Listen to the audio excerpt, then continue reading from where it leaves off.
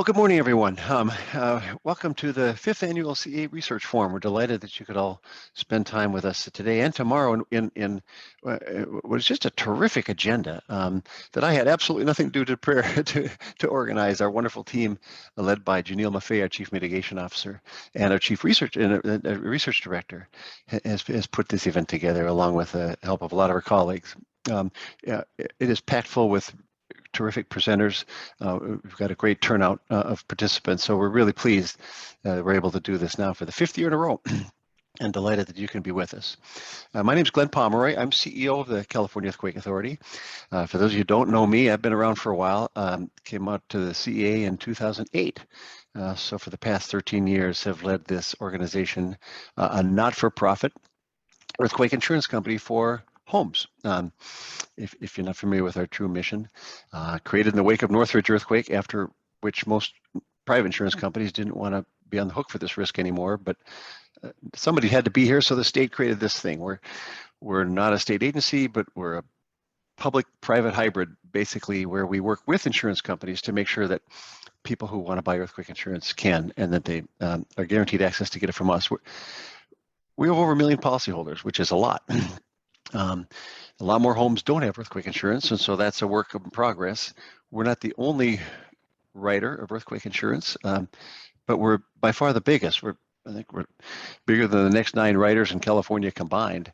But we want more of the private sector to be engaged in the earthquake risk, and we don't view them as competitors because we just want homes protected financially with earthquake insurance. So we're working to expand the insurance market wherever we can.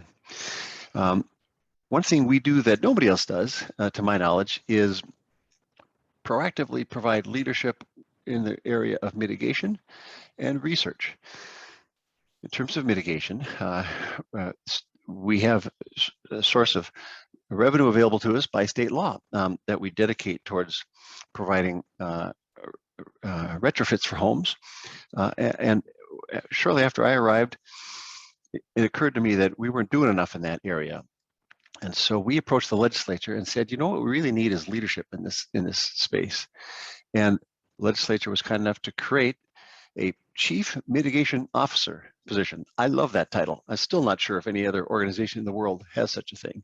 And I actually love our Chief Mitigation Officer too. We did a national search and found the right person for the job right here in California, and her name is Janiele Maffei, and it's my pleasure to introduce her now.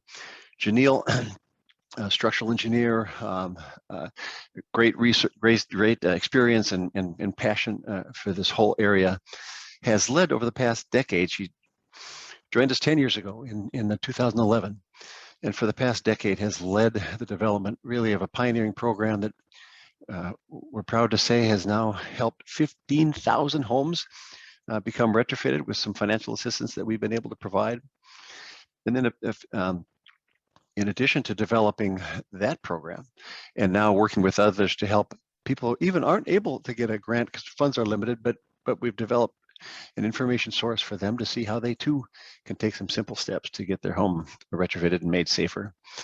In addition to all that, a few years ago, we asked her to put on another hat, and that is a research director for the CEA. And it's in that role that she brings us together today. So we're excited about today and all the work that Janiele and her team have done in across the board. And we're really excited about things that you'll be talking about today and tomorrow, and that is the expansion of our programming into the low-income community, trying to find ways to help make sure that resilience isn't just for one pocket, but not for everyone. And so we're excited about this new innovation that we're in the process of launching here shortly. I'm also excited to say, and I'm not even sure if I'm supposed to say it, I'll say it anyway, because we're among friends. Janiele is next year going to become president-elect of the Earthquake Engineering Research Institute, the ERIE, a nationwide, highly respected organization of experts who've asked Janiele to move into the leadership role of that national organization. So Janiele, I'm sorry if I spilled the beans there, but I'm so proud of you, I can't help myself. So with all that, I would just like to again say thank you for being here. I know you're going to have a great program. And we look forward to hearing from you, learning from you, and engaging with you as we move forward on all this important work that we're all in this together, trying to make this a more resilient state for this difficult risk. With that, Janiele, proud to introduce you. Let me turn the floor over. Well, thank you, Glenn, and it is a pleasure to be here. And thank you all for joining us on this Monday morning. I was going to start out by saying that, you know, we're all used to this now, having cats and dogs and children interrupt us. And of course, just as I got started, a deer started coming into my garden to eat their breakfast. So I was like a raving lunatic a few seconds ago. So we expect that we might have interruptions, no worries. If anything we've learned in the last 15, 16 months, we are resilient. As you can see on here, if there are any technical glitches that you need help with, there's the phone number 916-399-3895. We are recording. This is for future use. We would love to share this with as many people, especially folks that couldn't make it today and can't make it tomorrow. Question and answer, we're going to use that instead of chat. So feel free at any time to put something in the Q&A. If one of our team members knows the answer and feels that it kind of moves the program along, they might answer you right away, or we'll wait till a question and answer period. We have amazing speakers. We have panels that we really are excited to get conversational with our experts that are joining us. Polls, a couple of polls just to kind of zero us in. And then today our lunch break is 11:45 to 1. But we're committed that if we stop early, then you get a little bit longer lunch, but we will start on time. So please, if you can, please join us directly. So I wanted to give you our introduction to the forum, and I'm going to be joined by my colleague, Charlotte Fadipe, who is the Chief Communications Officer. I will introduce her in a minute. And before I do, I wanted to also thank Jasmine Castro and Aaron Rogers, the research team. Those amazing colleagues really did all the hard work behind all of this and all the interactions. So thank you to them. I tell you, when I speak to them every week, it's like a breath of fresh air, and I miss them. I miss working as a team in person with folks, but they're amazing. And the comms team, everyone at the CEA has pitched in to make this event successful. So I am a structural engineer, and so not surprisingly, got my master's in structural engineering at UC Berkeley, and know a lot about physics, math, wood, concrete, steel, masonry, all the exciting stuff that you guys probably really wished you'd spend a lot of time learning about. But I'll tell you, the one thing that you don't talk about a lot when you are in engineering school is people. And of course, when we look to bring research out into the community to make a difference, to make our world more resilient, to bring equity to resilience, which is our topic today, we have to talk about people. And so that's what we're going to do for the next 2 days. And I'm just so excited, as I mentioned, to have the expertise that's going to join us to talk about people. I think I mentioned that I serve with amazing people on my team, and we work very hard to serve some really special people in California. And those are people that are at risk for earthquakes. And the Earthquake Brace and Bolt program, which is our grant program that Glenn mentioned, is available to all Californians. Now, we're not in all parts of the state yet because, of course, we don't have unlimited funding. We've been able to take that loss mitigation fund that Glenn mentioned, and we've been able to leverage that with FEMA funding to bring grants to homeowners. We started in the areas of highest hazard, so right next to the San Andreas Fault. Well, California, I think 85% of our population lives in the San Andreas Fault zone. So we've been growing steadily every year since our pilot program in 2013. Based on seismic risk, we're in the areas of highest hazard, also started in areas with the older homes, the homes that are most vulnerable and for which we have amazing solutions with retrofits. We hope to be able to introduce ESS. So we have EBB for brace and bolt. ESS would be earthquake soft story. That would be retrofitting the garage doors, the houses that have living space above a garage. It's that single family dwelling soft story. So we have put in grants to FEMA to once again to leverage our funding, our efforts at the CEA. We provide financial incentives, but the purpose of this meeting was that we recognize, and we have always recognized, that that's not always enough. In fact, it's really never enough. First and foremost, we need to provide education. We need to provide clear information about how a homeowner determines their hazard, their vulnerabilities, just exactly what is it I'm supposed to retrofit? What's that going to do for me? How do I find a professional? Okay, so you're going to give me some money. How much is this going to cost me? How do I fund that? All of that information we need to help them provide them. And then we have known from day one that our up to $3,000 grant on what is on average about a $5,500 retrofit statewide does not meet the needs of all Californians, that we have low to moderate income homeowners that really need more of a help. And so we're so exciting to be rolling out a supplementary grant on top of our $3,000 grant this October with our new registration. So in thinking about that supplementary grant and thinking about the people that we're serving, the customer service that we provide and how we outreach, we thought, well, what do we know and what don't we know? So today it's all about maybe a little bit about what we know, but mostly about what we don't know, what we'd like to know, the relationships that we'd like to build so we can be successful. And so I'm going to introduce you to Charlotte, and Charlotte is going to lead our team on outreach. Now, it's very important to note that we're going to offer the supplementary grant in every zip code, and we're now in,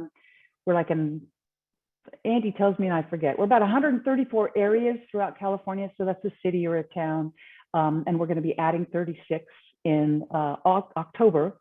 And but we're going to really focus our outreach when we first start, because we found that pilot programs are very, very important for us to go out and develop relationships and really understand what we're doing. So registration period will be announcing soon, will be happening in October. Once again, we'll be expanding with supplementary grants that will go to household incomes that are below the 80% of California median income. We know that when we establish a grant number that we set the floor, so we're going to be tailoring it to a few geographic areas. Costs in the Bay Area are significantly higher, and there's a different kind of a retrofit for the house that just needs to be bolted versus one that needs plywood. I want to let you know that we are not yet going to meet the needs of renters, in that we're going to households with owner occupied, but we will, as soon as we can, we have to change legislation to do so. We will be introducing the retrofits for renters. And so we're also looking for how we can change our marketing to make this something that is, is it altruism? Is it finance? It's going to make the owner of a rental property do this work. So excited about our speakers, our panelists. And so it is my great privilege to introduce my colleague, Charlotte Fadipe. Charlotte joined us during the pandemic. And so back when we had this little, what we thought was going to be the end of the pandemic, it was so exciting to meet her in person. She joined in 2020 as our Chief Communications Officer. She oversees the organization's activities related to communications and public relations, and is responsible for planning statewide communications. And of course, as I said, she's going to be our outreach leader. She has more than 20 years of experience in communications, media, and stakeholder relations. And prior to the CEA, she held communications positions, most recently at the California Environmental Protection Agency. She has a master's in journalism from UC Berkeley, my Go Bears. She has worked in broadcast journalism in California, and this will not surprise you when you hear her speak in the United Kingdom. Charlotte, welcome, and I wanted to have you describe our outreach. Thank you, Janiele. It's absolutely great to be here. I am actually not going to take a lot of time because I am so excited to hear from this amazing assembly of panelists that you have got for this research forum. I think it's going to be an absolutely fabulous, jam-packed information logged 2 days, and it'll just be great. And I cannot wait to absorb all the information. As you say, I just joined the CEA, so I'm just coming up to just over 18 months. Still learning a lot about earthquake and insurance and all of that concrete and plywood stuff that you talked about. But the thing that I'm not new to is communications. And the thing that really got me most excited, I have to tell you, about all of CEA, because to be totally honest, insurance is insurance. It's kind of not really the sexy, exciting part. But the part that really got my juices flowing, as it were, is this idea of mitigation and going out to communities and letting communities know that there is something you can do about this earthquake peril that we all face in California. And in particular, low-income communities, because frankly speaking, by the very nature of it, if you are a person of modest means, you have the most to lose when it comes to earthquakes. You do not have financial resources like other people may do, where you can go and stay with relatives, or you've got enough money as an emergency fund to rebuild, et cetera, et cetera. And if you just look at disasters, not just earthquakes, but disasters across the US, whether it's floods, fire, et cetera, we know that low-income communities take the longest to rebuild. We know when disasters hit, they hit these communities hardest. It takes longest to rebuild. Most people have to move out, and it can take 2 to 3 years before that community gets back together again, gets back on its feet. And very often it's the low-income people who just can't afford to live there anymore. I've seen this in Sacramento. I've seen this in San Francisco. We've seen this in Katrina. You go back in history, it's the same story over and over. I actually did a documentary about the San Francisco Fillmore area and redevelopment and under Justin Herman. It was the same thing, whether it's a disaster or whether it's naturally planned. When communities are shattered and they have to rebuild, it takes a long time. The people of less means are the ones who suffer the most and cannot move back so quickly. So it's really a topic dear to my heart. But you guys already know this. The challenge that we face is, how do we get that message across to our stakeholders, to these communities? Because it's all very well to say, here we are as the CEA, Janiele and her team have done a lot of work behind the scenes. They've got money. We can give it to you. We can help you become more resilient. We can do all of these things, but how is it received? And that's really our challenge.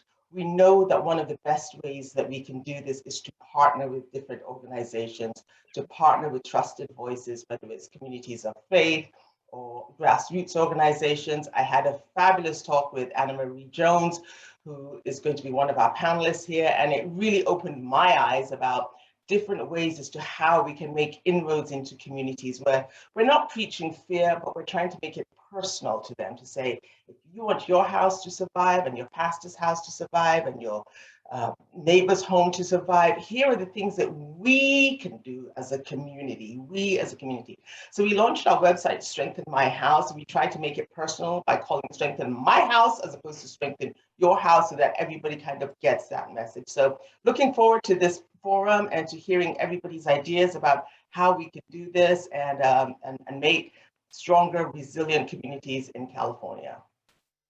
Wonderful. Thank you, Charlotte. So important. One of the things that you said I want to punctuate before we introduce our keynote speaker is trust.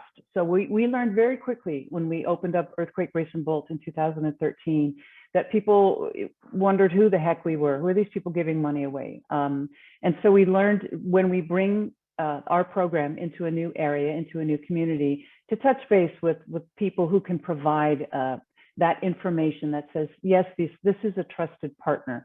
So the program is managed by both the CEA and CalOES. And so utilizing those fingers out into the community, we touch base with building departments, with the city council, if we can. Happy to speak at any city council member meeting, with the mayor's office, with the Office of Emergency Services, and for them to be as involved as they possibly can. And as Charlotte mentioned, that's what we will continue to do, to build trust and relationships in the community so they can help us, one, get the word out, and two, to make people feel comfortable of what we're trying to do, that we are going to be a trusted partner in this. And then finally, I just wanted to mention customer service, because one of the things we will definitely be listening for these next 2 days is how we can improve and advance our customer service, because we already know that construction is very difficult for a lot of people. It's scary, despite the fact that this retrofit is all under the house, nobody's padding through your house with little booties. It's someone is messing with your house. And you know, currently without that supplementary grant, everybody is chipping in some money for that retrofit. And the permit process they're not familiar with. And so we've got an amazing team that's on the phone and at the other end of an email. And of course, we're going to be listening for the next 2 days on how to improve those services. So with that very important note of listening, I want to introduce our next speaker. And it is just such a treat to be able to introduce my colleague, Laurie Johnson. So Dr. Laurie Johnson is an urban planner specializing in disaster recovery and catastrophic risk management. And she joined the CEA in 2020 as well, but had been working with us. So, and I have known Laurie for many years. And so, you know, this was not somebody that I wasn't able to see before the pandemic lockdown. But she joined us as the Chief Catastrophe Response and Resiliency Officer, and that is quite the mouthful for that elevator speech. But her experience as with a Doctor of Informatics degree from Kyoto University, Master of Urban Planning and Bachelor of Science in Geophysics, both from Texas A&M University, and her longtime experience in communities that have been damaged and affected by disasters, brings a voice and a perspective to the CEA that is so much needed. She is helping us put together our response after an earthquake so that, once again, we've got tremendous financial stability to put the checks for damage into somebody's hands, but it's more than that. Is how are we going to be there for them, and how do we meet them beforehand and help them become more resilient to reduce those losses? So absolutely wonderful to have Laurie on our team, and of course to have Laurie as our keynote speaker. I'm starting a little bit early for you, Laurie, but gives you a little bit more time, and of course more time for questions and answers. So with a lot of tremendous information on community resilience, it is my pleasure to introduce Dr. Laurie Johnson.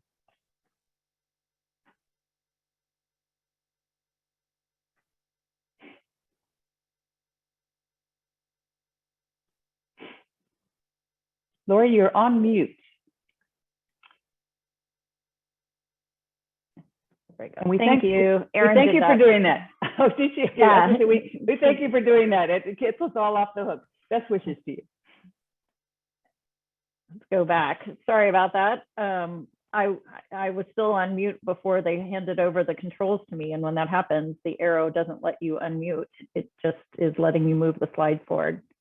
So let me get started by first talking about just the definition of resilience. This is really a term that in describing what we want to achieve in response to disasters came into effect after 9/11 and 2005 Hurricane Katrina, really the early 2000s. It's really when this term kind of gelled within the disaster community. And I thought it was just interesting to share two definitions from the UN agencies that have been charged with disaster management, 2009 to 2017, where they changed that definition slightly, really in response to a lot of global disasters, including earthquakes in Haiti, Chile, Japan, and New Zealand.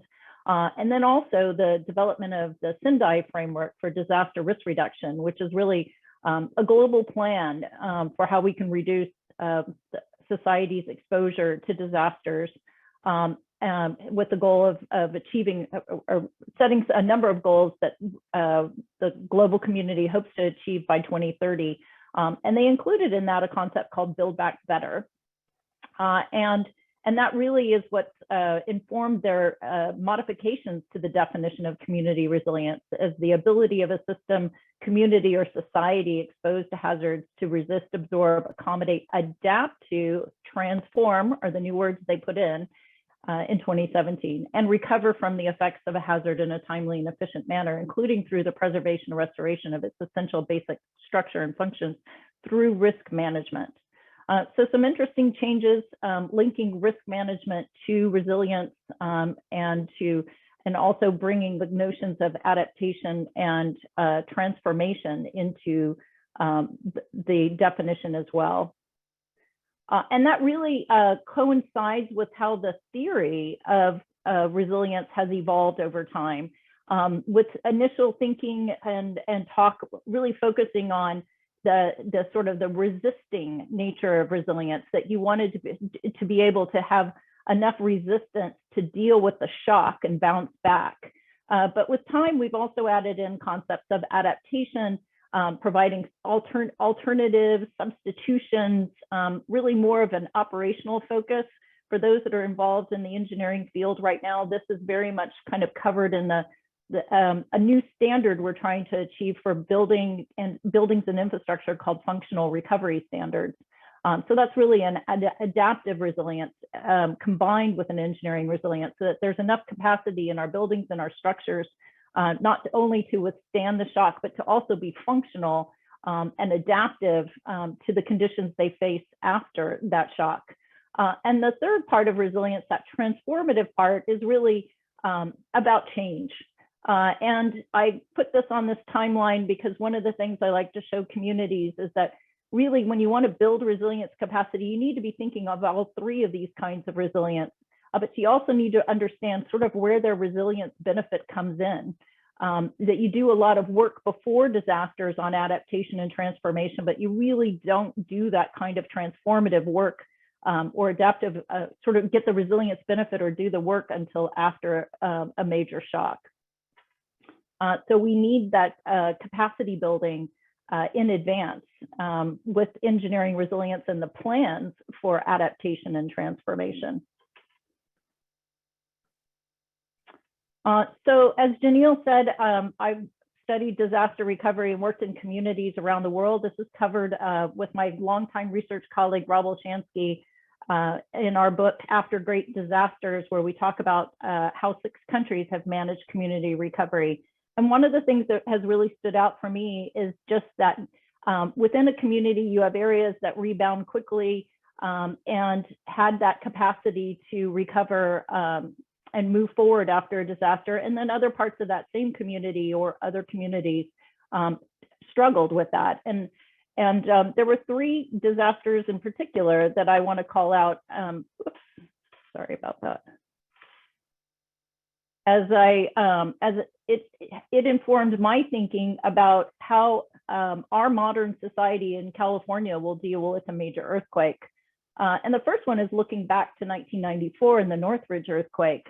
And areas in particular called ghost towns, where multifamily building damage led to neighborhoods being abandoned, not just by people in the damaged housing, but also by the residents in adjoining properties that were still okay. Renters left those buildings because they didn't want to live in these blighted neighborhoods. And repairing these neighborhoods took over 5 years with a very expensive federal, local housing repair program that got put in place. So this was a long time effort to have those neighborhoods recover, a big investment by the city to make that happen. And one of the definitions of a ghost town was that 60% of the buildings in a particular census tract were red tagged. So that's something to keep in mind. Second place where I did a lot of work after Hurricane Katrina is New Orleans, where flooding displaced over 90% of the city's population. And 15 years later, the 2020 census is just out. The city has only come back to 80% of its pre-Katrina population, and 16 of the 72 neighborhoods have less than 70% of their pre-Katrina population. Some of those even still less than 50%, while 7 neighborhoods have increased in population. So here I was really concerned about how do we begin to think about what level of population displacement might we have in California after a major earthquake. And one study showed that the neighborhoods that had 20% or more of the buildings sustaining heavy flooding and being yellow or red tagged were lagged significantly in starting their recovery compared to other neighborhoods 1 and 2 years on after the flooding in 2005. So again, another metric, 20%, 60%. And lastly, working in Christchurch after the 2010-2011 earthquakes, multiple episodes, I think over 10 episodes of liquefaction, rock falls, and other ground failure hazards led to a number of neighborhoods just struggling to recover, and the government intervened with a major buyout program of over 7,000 homes in areas that were called the red zone, as you can see on that map, and planning for the recovery of and replanning for those neighborhoods and what happens to that land still continues today. And the displacement of those residents at a time when repairs were going on all over the city led to some major housing shortages and increases. So again, an issue I was very interested in thinking about with respect to a major earthquake in California and what these 3 issues would do in modern times in the Bay Area or Southern California. And that led to, I've been involved with a number of projects with the USGS scenario study, starting with Shakeout back in 2008. There was also one called ArcStorm for flooding, another one called the Safer Tsunami Scenario, looking at a major tsunami impacting the California coast. And lastly, the haywired scenario. And the work that I did is actually kind of the antithesis of community resilience. We called it an analysis of communities at risk. And I just want to call out my co-authors, Jamie Jones, Ann Wine, and Jeff Peters, all with the USGS, who, without them, my interest in these issues really couldn't have happened, because these guys really helped me figure out the methodologies to look at these issues of concentrated damage, population displacement, socioeconomic vulnerabilities, and other issues that can create long-term recovery challenges for communities after a major earthquake. So for those who aren't familiar, the haywired scenario actually is a hypothetical earthquake occurring on the Hayward Fault in the East Bay of the San Francisco Bay Area. The strong shaking lasts about 18 seconds, with the impacts of strong shaking really being felt close into the fault and in areas of soft soils. Liquefaction around the margins of San Francisco Bay or near creeks, landslides happening, hypothetically happening in steep areas of the East Bay Hills and the rest of the region, and a series of aftershocks similar to the Christchurch sequence. 12 major earthquakes magnitude 5 or greater happening over a 2-year period. And also fires, something that we saw in the Northridge earthquake, where 70% of all fires ignited in housing of single family, about 50%, multifamily, about 25%. And so there was a fire following analysis as well. So what are communities at risk? Well, there's a number of definitions that sort of build up to it. The first being that communities really are self-organizing systems. That's really our modern thinking about communities. They contain many interdependent and interfacing parts, interacting parts. There's the physical, the social, the political, the economic, and institutional. You really can't think about communities just within one of those different systems. You have to think of them all integrated. And disaster recovery really happens as communities reconstitute themselves as these self-organizing systems and are able to function in this new context in which they find themselves. And also within this the literature tells us that there are continuums of sort of stressors that affect the community's abilities to reconstitute themselves. The first being just the exposure to ongoing hazards and adverse consequences, sort of the cascading effects that can happen to a community and does happen to communities after disasters. So often we say that the second disaster happens when people don't get aid is slowed to come and people don't have access to aid.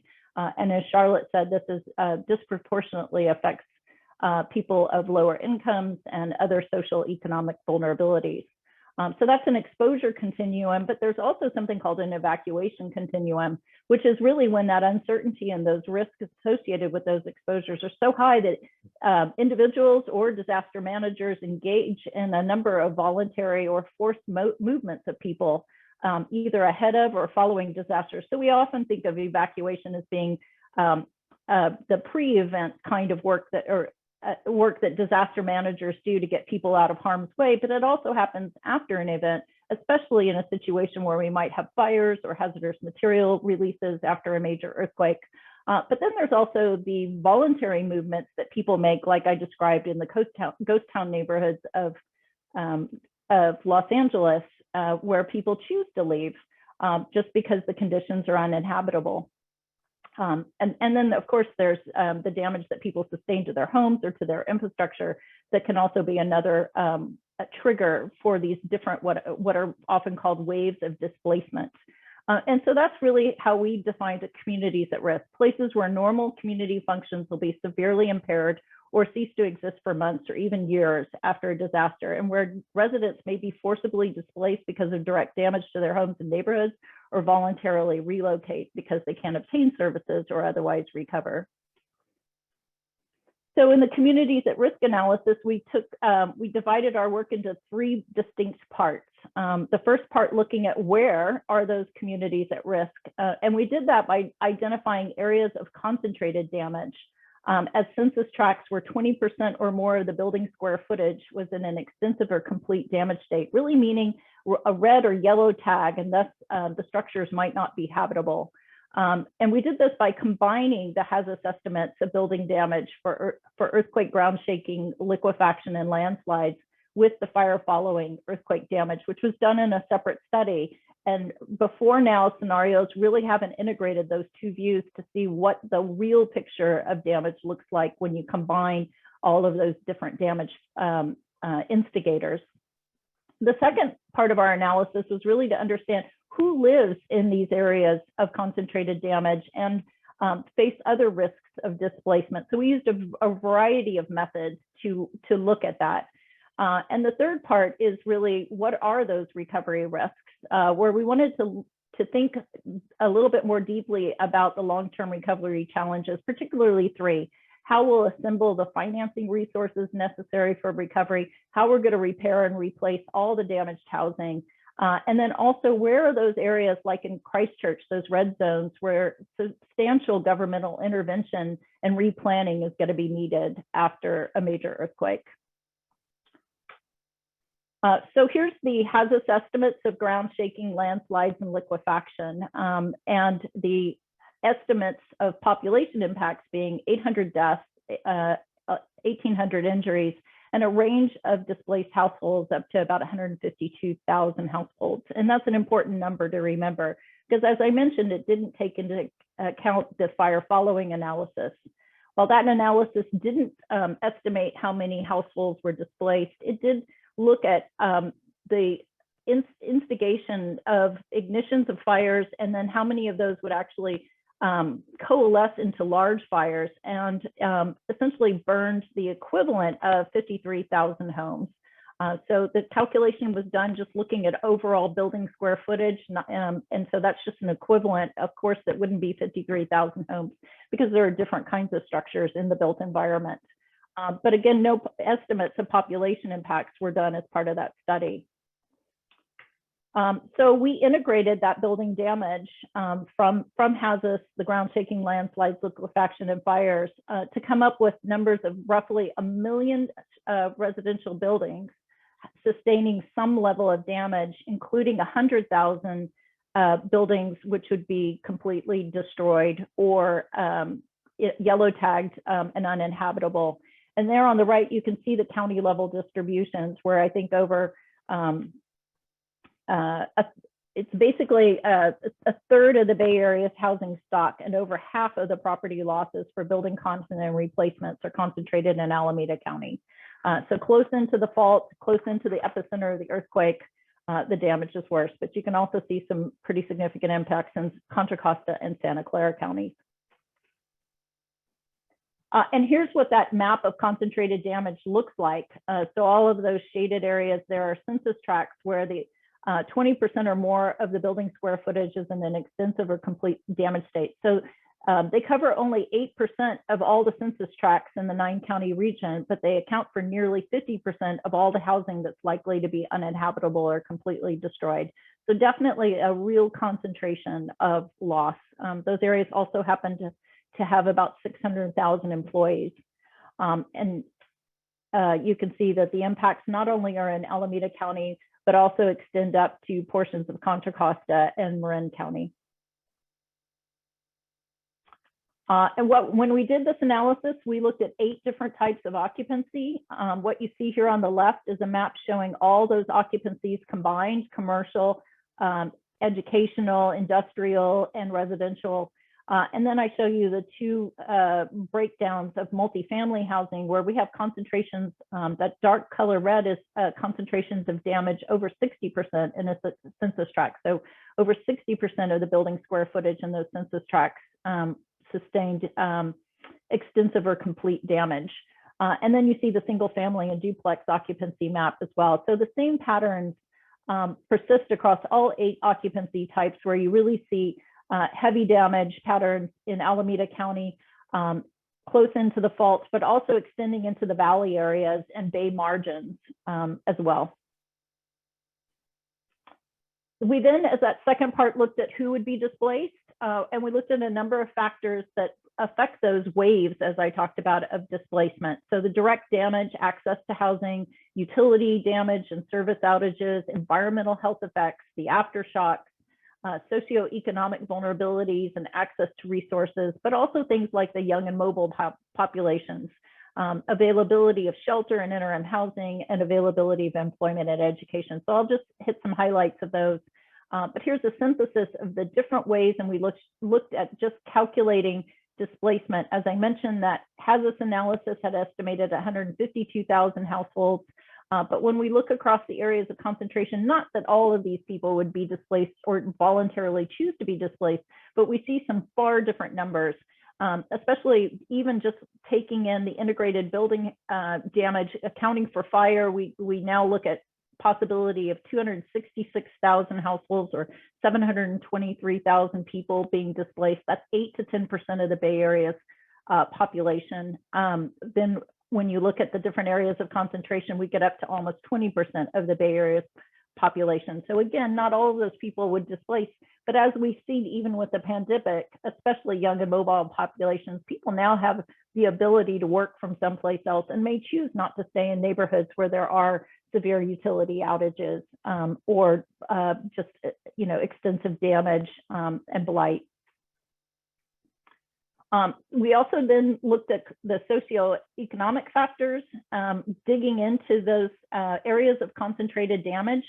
And so we used something developed by the Association of Bay Area Governments and the San Francisco Bay Conservation and Development Commission called Community Vulnerability Indicators, of which there are 10. And they're things like transportation dependence, language capabilities, household income, renters, and age, racial, cultural compositions, and education as being some of the major indicators. And you can really see there how high the combinations of indicators are in Alameda County. So 18% of Alameda County's population, or 285,000 people, and 5% of Contra Costa's population, 55,000 people, reside in areas of concentrated damage with at least 5 or half of those community vulnerability indicators.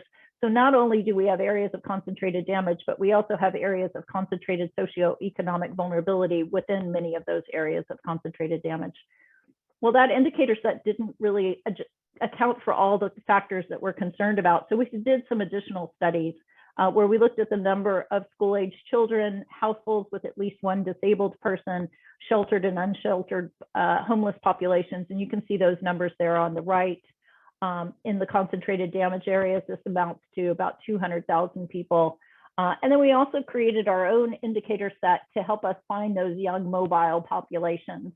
And you can see there, we weren't able to put those into the concentrated damage areas because of census limitations, but we did actually identify just roughly how many people there are, of which, as we know, there are a lot in the Bay Area. And here's a map just showing a lot of those things laid out on the areas of concentrated damage, which are in yellow, with areas, or the pink areas are areas with concentrated damage. The areas with community vulnerability indicator scores of 5 or more are shown in yellow. Sorry about that.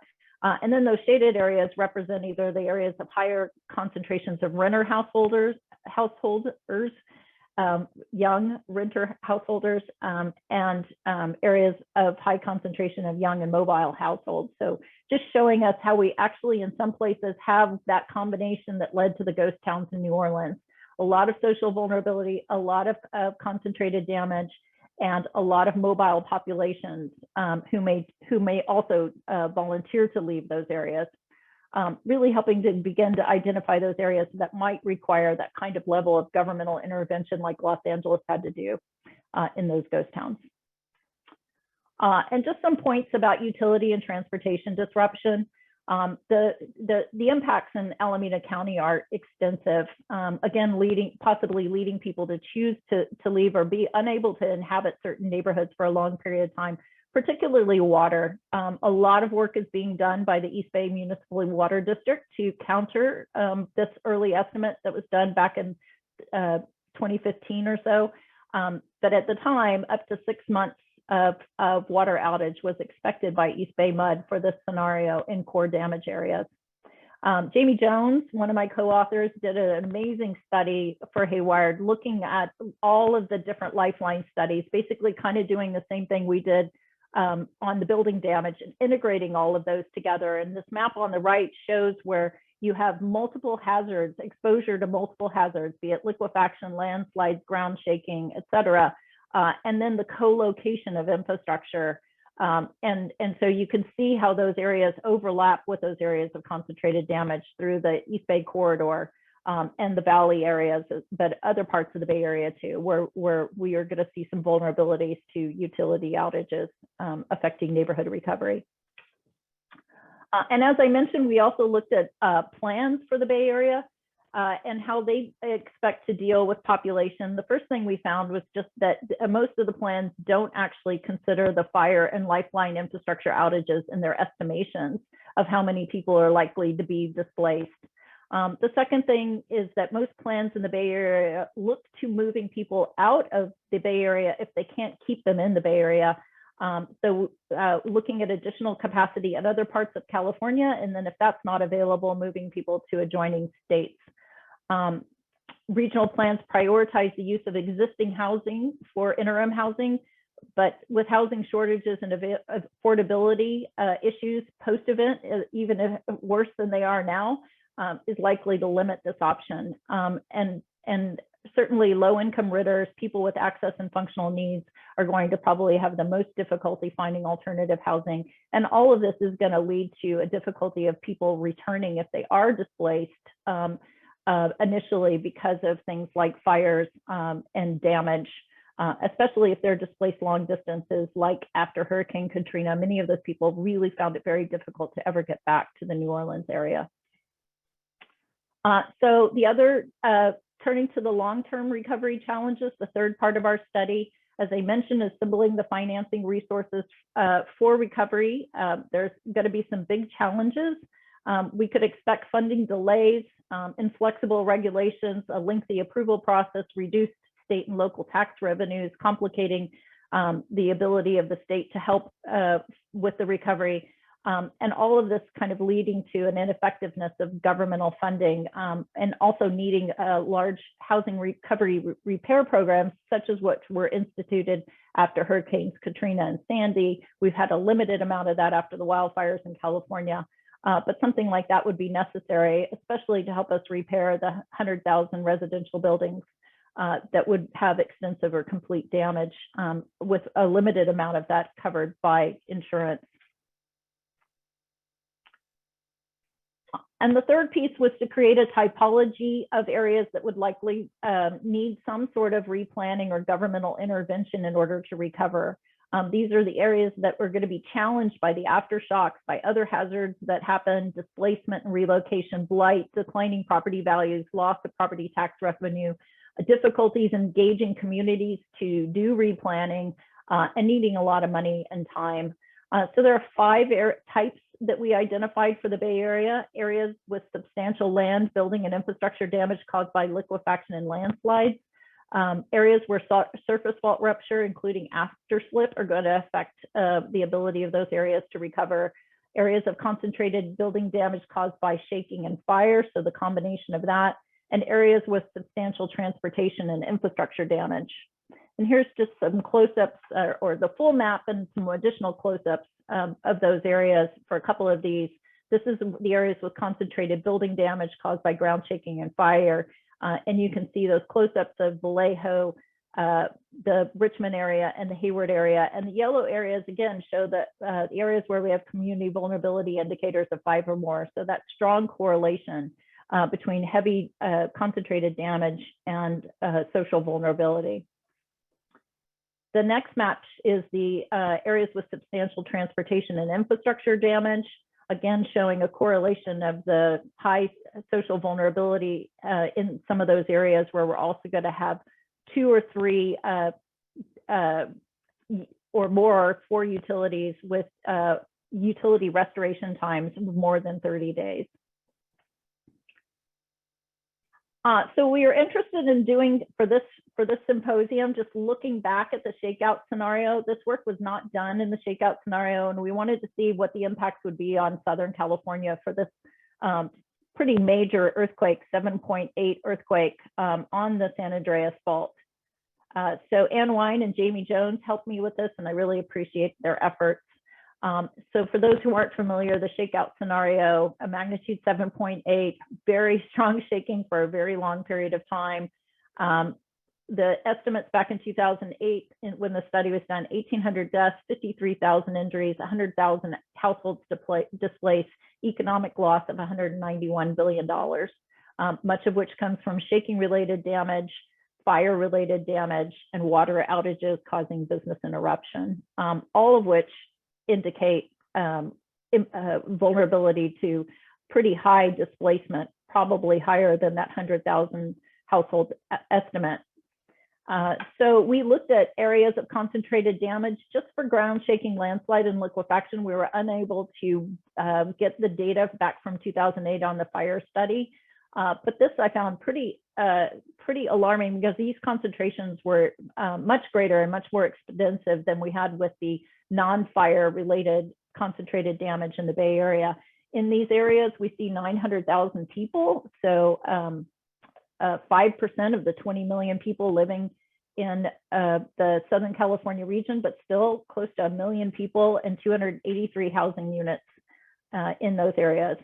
We were limited, here's the close-ups of some of those areas. So you can see the sort of kind of going from west to east. You've got concentrations in LA County, San Bernardino, and Riverside County especially, and then you have Imperial County as well. We were limited by the census tracts. We had to use 2000 census data, so I'm not going to draw a ton of conclusions from that other than to show you some trends, which probably still exist today.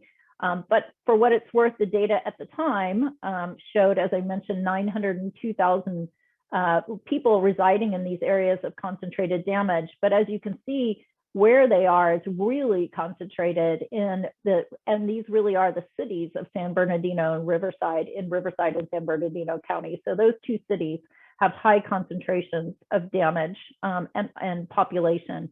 And they also had high concentrations of communities with social vulnerability indicators. We were only able to mimic 9 of the 10 CVIs that we had for the Bay Area. But you can see that I think it's Riverside County had 8 of the 9, and San Bernardino had 9 of the 9 community vulnerability indicators, where more people had these characteristics than that in concentrations than any place else outside of the across the region. So higher concentrations than the average concentration in the region, because some of these characteristics exist in all communities. So we were looking at really those concentrations of concentrations. Los Angeles County has a high percentage of households with children. Again, you know, the age thing is questionable since the data is 20 years old, but also a high percentage of people lacking a high school degree. Imperial County was a much older population and had the highest level of disabilities and households without families. Again, people being old and not possibly having children and having disabilities. And Orange County having high percentages of young mobile populations, which I think if anybody's been down to LA, you would know that these things in that region persist today to some extent. Lastly, as I said, this didn't account for the fire analysis, and you can just see how dramatic those numbers are in Los Angeles and Orange County. So while they didn't have the concentrated damage effects as much for the shaking, liquefaction, and landslide, they did account for a lot of the fire-related damage in the shakeout scenario, and burning the equivalent of 133,000 homes. So lastly, back to the Hayward study, we came up with 7 recommendations that, as an urban planner and somebody who deals more in resilience policy, are really looking at that base level of what we need to do to make our communities safer from a physical standpoint. The first 2 dealing with our existing building and infrastructure stock. We really need to be more systematic, like the earthquake bracing program, and targeting areas that are vulnerable and really building that herd immunity, that inoculation, because particularly with respect to fire risk and other types of risks, vulnerable housing and infrastructure can bring to a community, we have to get work to get all of that community upgraded, not just parts of it. And while we're doing that, we need to also build more housing and build stronger, safer communities. So the next two policies really apply to doing more to promote seismic resilience in our land use and development policies. And I'm pleased to say the Hayward scenario was actually part of the 2050 Plan Bay Area. So the first time to my knowledge that an earthquake scenario was considered as part of the policy planning for the next 30 years. Then when it comes to our disaster planning, we need to do a lot more to think about population movements, both the displacement as well as the areas that are likely to be the receiver communities, where those are, and plan for those issues, as well as planning for the management of long-term recovery and for recovery financing. So in closing, many who have heard me talk about resilience, I often use this analogy of Maslow's hierarchy of human needs to relate to what a community needs. And really that idea that we need to start with safety in our physical environment, but we have to also think about resilience policy planning and funding for our economy, our governance and community institutions and our people. And that really you shouldn't be thinking about this from a bottom up or a top down view. You really should be thinking about this holistically, kind of from the side. And lastly, I love this quote in thinking about a resilient city. This is two authors who looked at resilience after Hurricane Katrina, a great read if you're interested. And they said, ultimately, the resilient city is a constructed phenomenon, not just in the literal sense that cities get reconstructed brick by brick, but in a broader cultural sense. Cities are not only places in which we live, work, and play, but also a demonstration of our ultimate faith in the human project and in each other. And I think we've certainly seen that in the pandemic and what it really means to have a community be resilient and how we have to work together to achieve that. Thank you. Laurie, thank you so much. I have watched this presentation now a couple of times and I gleaned something different from it each time. All of your, your CVIs and the areas that are to be hardest hit in these scenarios are right where we have our program. And so these are important lessons for us. And certainly when I think back to when I was a young engineer working after the Northridge earthquake, it became very apparent that the client was never the house, the client was a person. That's where their family slept. That's where it was home. So thank you very, very much. And I'm looking forward to questions with you. We're going to have a question and answer period with you and our next speaker after our speaker. So thank you very much. Appreciate it. So with that, I have the great privilege of introducing our next speaker. Mary Ellen Carroll is the Executive Director of the Department of Emergency Management for the City and County of San Francisco. She oversees a department of 280 employees who are responsible for leading San Francisco in planning, preparedness, communications, response, and recovery for daily emergencies, large citywide events, and major disasters. I had the privilege of meeting Mary Ellen. We were looking to learn from recent earthquakes in Mexico City and to apply them certainly to San Francisco and the Bay Area. She impressed me then. She impressed me when we did our pre-conference interview where I was telling her what I was hoping she could bring to it, and she was spot on, talking about how important the connection with community is and the inclusion of their voice. She has experience in exactly what we want to do. We're looking forward to partnering with her, and it is now my pleasure to introduce and hand over to Mary Ellen Carroll. Thank you. Thank you so much. It's really a pleasure and an honor to be here today. When Janiele called me to ask about talking about this particular subject, I was really thankful and enthusiastic because I think that this area is probably the #1 area of sort of change and inspiration, and also a little bit of heartache throughout COVID. So we can jump right into it. Oh, I have control. I forgot. Do I? Let's see. There we go. Okay, so sorry. Oh, geez, hold on. Oh gosh, bear with me, everybody here. It's very sensitive. That's me. This is what we're going to talk about, and we'll jump in. Okay, so early summer 2020, although I will say this picture was not taken in early summer 2020 because our cable cars were not running at that time. And hopefully if they were, people were wearing masks, but you get the idea. It was a beautiful, we're trying to kind of set the scene for summer 2020. San Francisco, were in a relatively good place considering we were in the middle of a global pandemic. We really had flattened the curve. We had the lowest case rate and mortality rates of any city in the United States.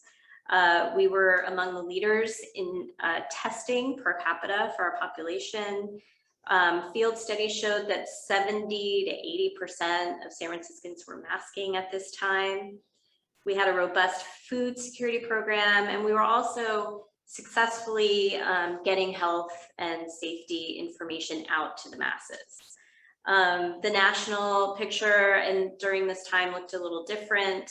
Summer surge was starting to take hold across the country, and we weren't sure at that time if it was coming for us. As surfers say, I'm a surfer, we were in a lull between sets, which by the way, I feel like we're in a little lull right now, but more to come. On the surface, things were relatively calm, but below the surface were gaps that really needed to be addressed. And if not, a tsunami of issues would come crashing down on us when the next surge arrived.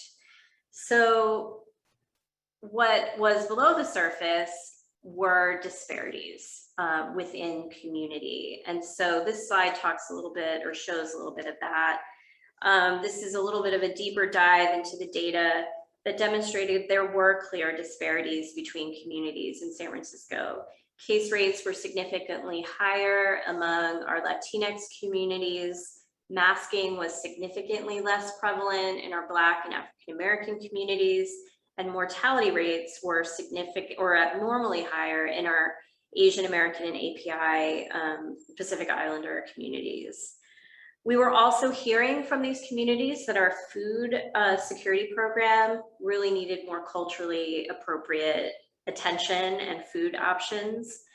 And then finally, we found that our award-winning, well-branded and designed public information campaign and collateral wasn't necessarily connecting with the communities that were feeling the greatest impact from the virus.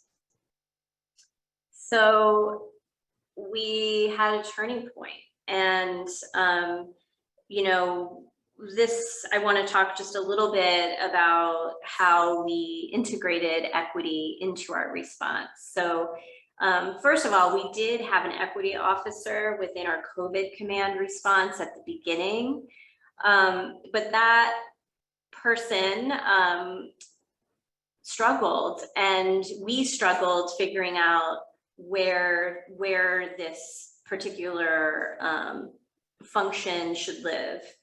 I think in the beginning, our struggle, we were in emergency response mode. We were in saving lives. We needed to get testing up. We needed to get information out. And our equity officer was trying to put a lens in front of us of equity.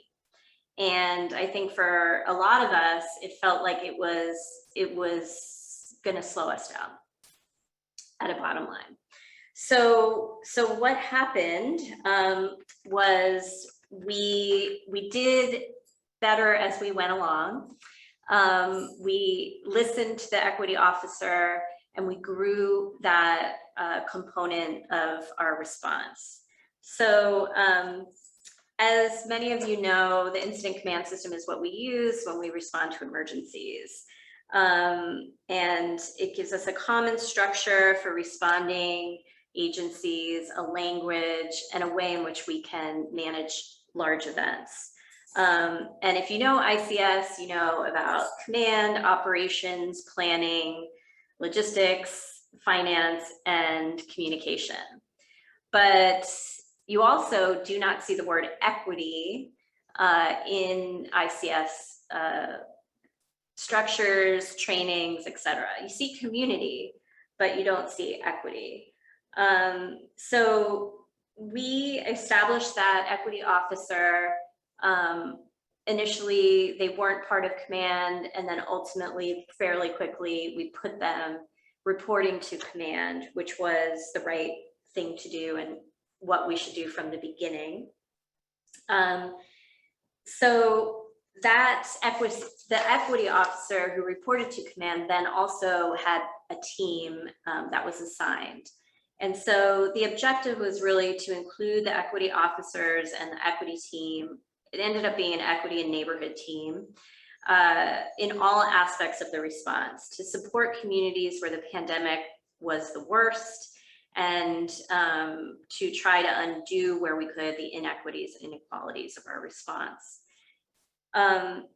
It's a new concept, like I was saying, and there were many bumps along the way. In the beginning, what would happen is operations would come up with their plan, and then they would invite the equity officer to tell them if it was equitable or not. As you can imagine, that was extremely frustrating and not really efficient. And so, you know, one of our goals was really to try to integrate equity from the beginning. So part of making the plan, part of determining where resources went, and so that was super helpful. We had, and then I'll say a couple other things about the equity team. You know, in San Francisco, we had over 7,000 positions filled in our COVID command through the course of our response. We're still in response, but during our COVID command, our massive response for 16 months, and probably well over that number of disaster service workers. We had people coming from all over the city to fill those positions. And part of the success, I think, is that we used our own people to do the response. I think one of the greatest examples is critical to our equity and neighborhood team were many people that came from all over the city, but we had transit operators, so basically community drivers who came from community, who knew how to do outreach, and they became a really key part of our equity response. So now we're going to go into, and then I guess I'll just also say that, you know, this is what we're in the middle of doing our after action, and it is equal parts success and failures, to be honest, in this particular area. And so so much to learn here, so humbling, really, the process. So I have 3 different case studies just to quickly go through. There we go. So our first, first case study is around our vaccine sites. And this is a photo of one of our community vaccine sites outside of the main library in San Francisco. We worked with community partners to place vac sites in neighborhoods hardest hit by the virus. We did this because of the hard lessons we learned in developing testing sites. So early in the pandemic, we placed our mass testing sites on city property that were successful in testing thousands of people. We have consistently been, you know, in the lead across the country in our per capita testing of our population, as I mentioned earlier.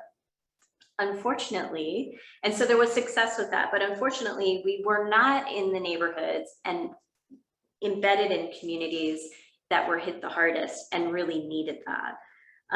So we listened and we partnered. So when it came to with testing, we ended up moving sites and changing the strategy. So then when we were gearing up to do vaccine, we looked at testing and we took those lessons and we did it differently. So we partnered with community groups like the Latino Task Force, Chinatown Development Corporation, and many others to set up testing sites that were in community. when it came to setting up these sites, we took a different approach. We had really four mass vaccination sites in San Francisco. One was at SF General. They did so many vaccines, I include them in that, but we had our Moscone Center, but we also had two other sites that were located and were chosen because they were in the neighborhoods that had predominant impact of COVID at that time. And when we did our testing sites, we did our community sites first and at the same time. So we didn't go ahead with the big testing sites ahead of our community. We did it in lockstep, which was very different than our testing. Our second case study is the Mission Hub. So the Mission Hub is a building operated by the Latino Task Force. Pre-pandemic, they provided vocational training and services to the Mission District. During the pandemic, this community mobilized in just incredible ways and truly developed a community-based response. And as an emergency manager, the first time I went to the Latino Task Force, I was in tears, to be honest. They really did it right. They set up a testing site. They had a CPOD for distribution of all kinds of things that neighborhood needed. They had a local assistance center set up out of there, an education hub, and a flu vaccine site. They were an incredibly well-run operation, and they truly served their community in ways that I think that as the city, we just would not have been able to. They did this pretty much on their own, and ultimately with assistance, resources from the city. I have been sending my teams to the Mission Hub because I do feel like this is a model for us, particularly post-earthquake. And, I think the challenge now is to figure out how do we now, when we're in relatively, we're still in a pandemic, but how do you prepare community so that they can serve themselves and their community before the actual emergency happens. And those are things that we, I think, want to continue to focus on as we move forward and look at our after action, our lessons learned from the pandemic. And then our third case study is our community-led campaigns. So like I said, I'm super proud of the Joint Information Center and the work that San Francisco did. We started our work back when the coronavirus was this thing, really just educating the community, doing work in Chinatown. There was a lot of really horrible stuff going on. And one of the things that we wanted to do is educate people about what this disease was and what it wasn't. But of course, our work grew exponentially over the course of the pandemic. And so we found that our initial message, which was our blue, yellow, and white kind of branded campaigns that said stay home, I have some here, was good for the masses, but it wasn't good for community, and it was definitely not getting to the folks that really needed to hear it. So we again partnered with the community, people and organizations like the Latino Task Force, the African American Arts and Cultural Districts, and Sisters of Perpetual Indulgence to develop community-led campaigns. And people saw themselves in these campaigns, and you can see some examples here on the slide, and it made a difference. So they were also developed in language first instead of being translated. And this made sure that the message was also culturally competent. Not only did we have this written and collateral here, but many videos. We had kids doing music videos, and we really feel like this was the type of thing that really helped get the message out. So moving on to the next emergency. As we all know, we live in earthquake country. That's why we're all here, right? And we've been trying to prepare for the big one for decades. And in many ways, that preparedness prepared us for the pandemic. We knew how to lean forward to get our resources in place. As many people know, San Francisco was one of the first jurisdictions to declare an emergency. We did it before we had our first case in San Francisco, and that was very critical to our success in many ways. But at the time, we have about 38,000 city employees in the city of San Francisco. And at the time, a handful, honestly, had any experience working in an emergency operations center or responding to an emergency. And so the pandemic really changed that. We used our disaster service worker program. Really, it had never truly been activated before. And, we had over 4,000 city employees who activated. It is absolutely one of the silver linings of this pandemic is that our bench is, incredibly deep. And we do feel like we are much more prepared than we were. I think the other thing is that for me, again, the number one lesson I learned was around equity and how critical that is to our overall resilience. If we are not all together in this recovery, if we are not all together in being safe and rising, then we are not successful. And so we continue to learn every day.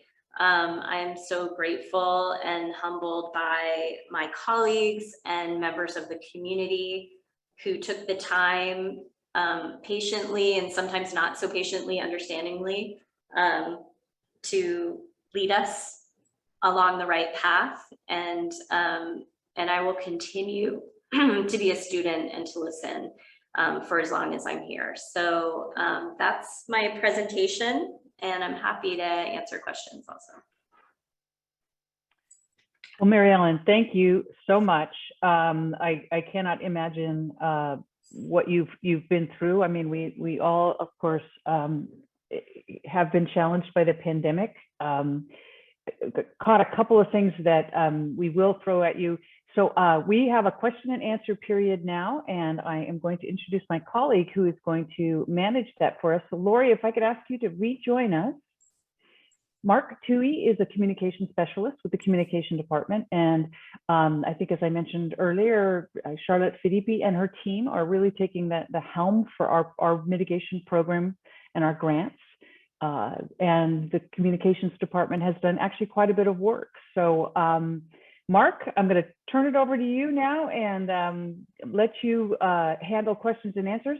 So Q&A is open. I really would like to encourage all of our participants to toss some questions. I threw Mark some questions as well. They're a little selfish, all very much related to earthquake, brace, and bolt. So Mark, please take it away. Thanks so much, Janiele, and thanks also for not sending me any curveball questions. I appreciate that. Hey, Mary Ellen, before you get too far away, I'm going to direct this first question to you. Many San Francisco city employees don't live in San Francisco. Does that pose a challenge to creating those neighborhood response systems? Excuse me. I think that, yeah, that's always been a concern, right? Especially in an earthquake, that a lot of people don't live in San Francisco. It didn't, we didn't have the same type of structural kind of impediments with the pandemic. That what we learned is that, all of us, even if we don't live in San Francisco, city employees work with community. And that's why I brought up the example of the transit operators. There are people that do live in community and they are really critical to us, but we also know that that many of our, so many people in San Francisco, they do work in community, our city employees. So I think it's more of a strength, to be honest, that even though folks don't live here, and San Francisco isn't the easiest place to live, they do know community, and many other jurisdictions contract throughout the country contracted out a lot of the COVID work. We chose to use our own employees, and there are pros and cons to that. But I think the biggest pro is that our folks know our community and they know the city, and that was a strength. Thanks, Mary Ellen. I think the next question probably geared most toward Charlotte, I would think. Charlotte, Mary Ellen, in her presentation, underlined her department's collaboration with community groups and community organizations. Does CEA have community partners who can assist with outreach and education? Yeah, I thought that was one of the great strengths of Mary Ellen's presentation, and I was frantically taking notes of all the different organizations that you talked about. I loved how you honed in on Mission Hub, and you said it just almost brought you to tears because they were so well organized, they were well known within the community. I'm fairly new to CEA, but I think to answer that, the way I would put it is that I would say that traditionally we have always relied on community partners that you more traditionally think of, like the Red Cross, for instance, and those kind of people. Whereas what we're seeing now, especially to help drive our message about low-income mitigation, is we really need to form strong community-based partnerships. And so we've been reaching out to churches, we've been reaching out to Habitat for Humanity, we've been reaching out to the Asian Pacific Community Fund in Los Angeles and organizations like that to try and build those relationships, so that we have the equivalent of the mission fund, as it were. And that's the kind of thing that we're really looking forward to doing. Thank you, Charlotte. Thank you very much. I have a question from Edward Thomas. Edward, thanks for your question. And he starts off by saying splendid presentations, plural. So thanks for those. Edward asks, as we think about lower income folks, what can we do to protect and mitigate mobile homes and travel trailers? Many of these are owned, but on land owned by others. Others are rented. Who wants to try and tackle that one? I see Janiele and Laurie smiling, so. Yeah, let me pop up from the engineering, and then I'm going to make sure our speakers have an opportunity. From an engineering standpoint, mobile homes are so vulnerable to every natural disaster. The home itself has to travel down the freeway, so it's designed for 60 some odd miles per hour winds, but the attachment to the foundation is where the problem is. And one of the problems is that the owner owns the mobile home and the park owns the lot underneath them, and so people are putting them on these braces that are not properly anchored. There's no foundation. And but there are designs, the HUD design for anchorage is very, very good. So we, frankly, the inspection system for houses in California for seismic needs to be improved.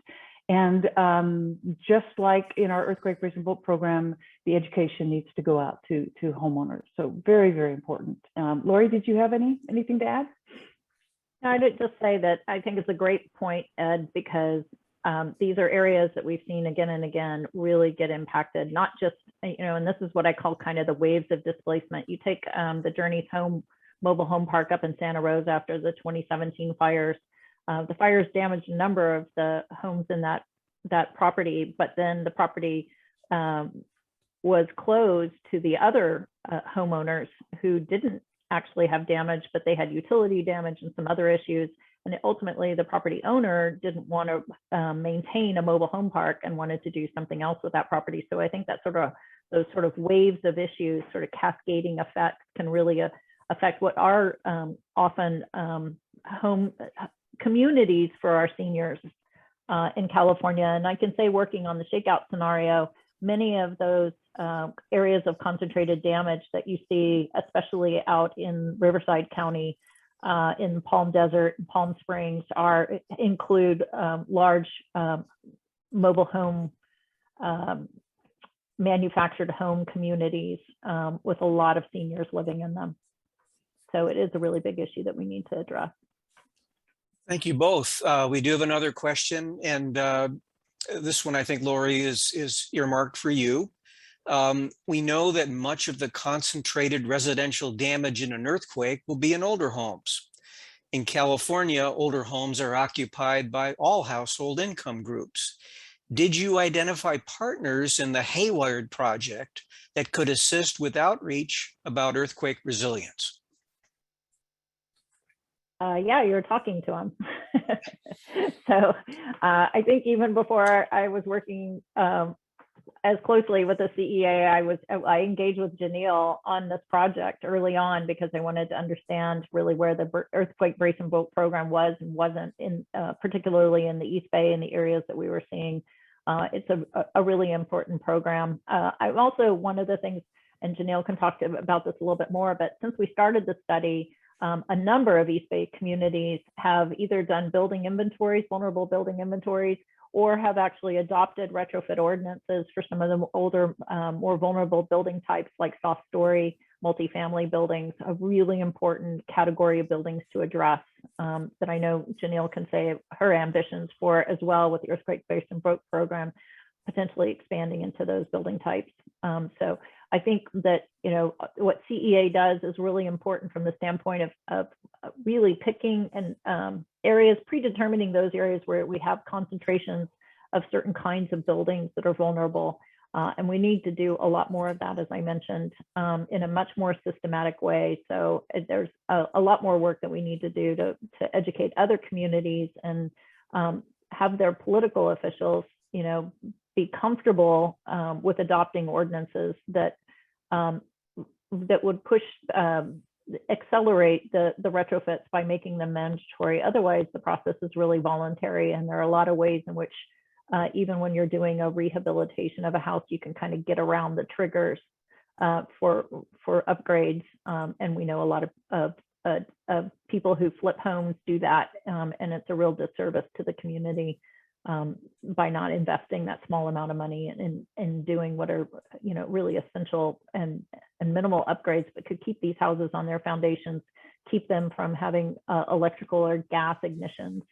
And these are really dense wood frame neighborhoods, older wood frame neighborhoods throughout the East Bay that would really be at big risk of fire, as we've seen in a major earthquake. Anything to add to that, Janiele? No, just that absolutely, Laurie is one of our biggest allies and research opportunities. So thank you, Laurie. Yeah, next question for Mary Ellen. Back to you, Mary Ellen. In your three different case studies, member of our audience wants to know what surprised you the most, you know, or maybe, you know, contrasting that with, you know, what didn't surprise you. Excuse me, that's a great question. You know, I mean, this is going to sound, you know, I think what surprised me was just how, you know, how structural racism is in our society and in every area, and how there is so much to learn from really, if we are as an emergency manager, from where I sit and the responsibilities that I have, that, you know, I'm forever changed. I just will never approach the work in the same way. Because we always knew that people who had more vulnerabilities were, you know, are going to be impacted. And I think we talk about that as emergency managers, but, you know, to see it in an event like this, that was so enduring and complicated. And it just showed, it just revealed the inequities of that exist in our society you know, on a daily, and how that gets exacerbated. And so you need to be inclusive in the response. We've got to be. And so, you know, and I also just want to say, like, oh, you know, we go to our community partners and they're great, which is true, but you have to support them. Like, you know, we have to figure out ways that we're flowing resources into these community organizations and partners so that they are strong and resilient and are there to be able to do the work. Because they want to be there, but like, you know, this isn't, we can't just assume that this is we can do for free. So I'm really hoping that this experience really changes our structure and how we respond, that I intend for that to be really my focus and purpose, you know, for as long as I'm doing this.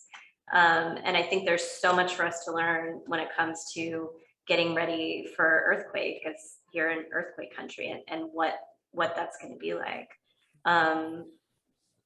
And, you know, to really look at, if it were an earthquake that happened quickly, and if the communities that were impacted look different than the communities that were most impacted by COVID, how would we respond differently? Well said. Yeah. Well put. Anyone want to tag along on that? All right, I've got a question. This is probably geared towards someone with the CEA. I'm thinking Janiele, but others may want to jump in. From John Weiner. John, I apologize if I pronounced your last name wrong, but John asks, may we have some advice on the problem of gentrification after a property becomes more valuable after mitigation? So I'm thinking, I'm reading between the lines a little bit. I think, you know, once the retrofitting has occurred, for example. And that's John's question. Yeah, so it's a very good question. Anytime that you're doing any work on a house, I will tell you that to date in California, the fact that a house has been retrofitted is not part of the multiple listing. We don't have any data. In fact, we've hunted. We don't have any data that indicates that a house that has been retrofitted increases in value. There certainly are laws that don't allow the property taxes to go up.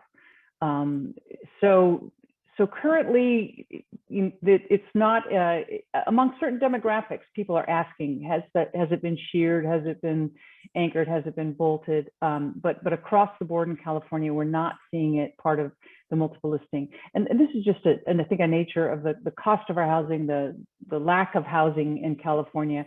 You know, people are looking for schools, a safe place to live, something they can afford. But as we progress, and particularly if we move into the earthquake soft story, that's a much more expensive retrofit. That's a $10,000 to $15,000 to $25,000 retrofit on a house. And particularly if we're in a rental unit, we're going to have some of the same issues that cities have battled when they introduced their soft story ordinances for multifamily. Is passing it along to renters. And so obviously those are things that we're going to be working with communities to deal with. The other thing is that we're not seeing cities pile on lots of things with our seismic retrofit, which is good as well, because that can price people out of their community if you have to do all kinds of other upgrades to your house. So excellent question, something that absolutely we're going to keep on our radar. I would also, I'm sorry, somebody else is going to jump in. Laurie, maybe? Yeah, go ahead. Yeah, Mark. Yeah, I was just going to add that there's been some interesting work done by a center out of UC Berkeley looking at neighborhood displacement and gentrification. And that work fed into the Plan Bay Area work done by ABAG and the Metropolitan Transportation Commission. And it would be interesting to overlap the maps between the Earthquake Brace and Bolt program and the neighborhoods at risk of displacement, because I think you'll see they pretty much coincide with each other. And so I think the displacement risk is actually a bigger issue, and the gentrification issue is bigger in displacing residents ahead of the retrofit to some extent, pushing them out of their houses before they can actually keep their houses and have the funding in the case of being low income neighborhoods, lacking the access to the funding necessary to retrofit their houses. So it's an ongoing problem. And I think there's a strong correlation of some of our most older vulnerable neighborhoods being the neighborhoods where displacement risk is highest, at least in the Bay Area. Mm-hmm. I'd also like to draw the audience's attention to something that Laurie posted in the chat. And Laurie refers to a website, a really good website. Laurie says, here's a link to a fantastic report by the National Advisory Panel for FEMA, pressing for more focus on equity. So I would draw everyone's attention to that, and that you all have access to that in the chat. You know, Mary Ellen, I think we've got a little bit more time, realizing that the only thing that stands between you all and lunch is the group that's on the right side of your screen, right?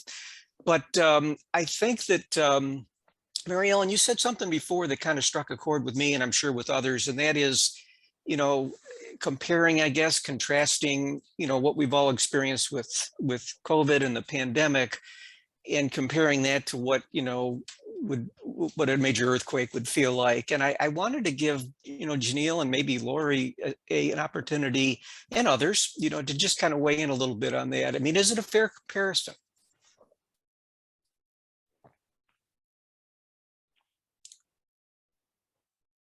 Okay, let Laurie go first.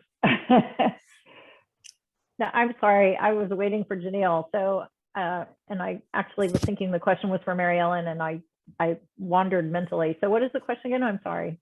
Yeah, Laurie, it's just, and Mary Ellen raised it, you know, in one of her answers about how the experience with COVID and pandemic and the different case studies that they did in San Francisco, how, you know, kind of stepping back a little bit and comparing that, you know, to the aftermath of a major earthquake, right? And lessons learned, takeaways, and comparisons. And I guess the question I would ask, you know, is it a good comparison? Well, I think there's a lot of, I'm actually doing a presentation on this at the World Conference on Earthquake Engineering at the end of the month. And I have a slide in there with a picture of Mary Ellen. Hi, Mary Ellen. But it was based on an article that was in the San Francisco Chronicle talking about how the city moved their EOC from its normal quarters to the Moscone Convention Center to give people more space and to accommodate the much larger group of people that you pulled into that event, which she explained to us. And I think what we're seeing is really a move right now, not only in the pandemic, but also there are a lot of organizations, just knowing UC Berkeley is one, who have really just maintained their EOCs virtually for almost the entire pandemic. And I think that, you know, just like we're having this meeting and we've been running our businesses virtually, I think that move is going to be really healthy in creating some redundancy and some capability, especially like as Mary Ellen talks about, as the question that you asked, Mark, about, you know, employees not necessarily residing in the city in which they work. I think, you know, if we are able to have access to the internet and electricity after a major earthquake or other kind of disaster, that virtual EOC is going to be really helpful for us to be activated and be responding and doing what's necessary to help get our communities going again. But there's a lot of other, I think, really important lessons. The first thing that was really evident to me was just how in an earthquake, I think we're so focused on sort of the scenario sort of giving us the picture of damage, you know, like even though we don't really know the full picture of the effects of an earthquake right away, we sort of have this sense immediately afterwards of where, you know, we get that, we have a fog of war, but we sort of get a sense of how much building damage, generally where it is, where the infrastructure damage is. And I think one of the interesting things after the pandemic, me as a disaster recovery person, I was being asked to talk to communities where I worked after physical disasters. And I think one of the challenges for them was just really not knowing what the damage was going to be, because we're so sort of tuned to thinking of disasters in a physical sense. And this has had physical effects, like you know, the economic impacts have led to the boarding up of neighborhoods, commercial services, and things like that. But it was a lot harder to see or predict early on. And I think that's made us a little bit more aware of that stuff at the top of that pyramid that I showed you, to be thinking much more holistically about social impacts and economic impacts and the institutional needs in managing a disaster. So that, I think, I've been really grateful for. The other thing that I think that we knew in doing the Haywired study was this issue of young mobile people leaving and having this flexibility to go. And we saw that in the pandemic. We saw it big time. And people didn't move to Texas.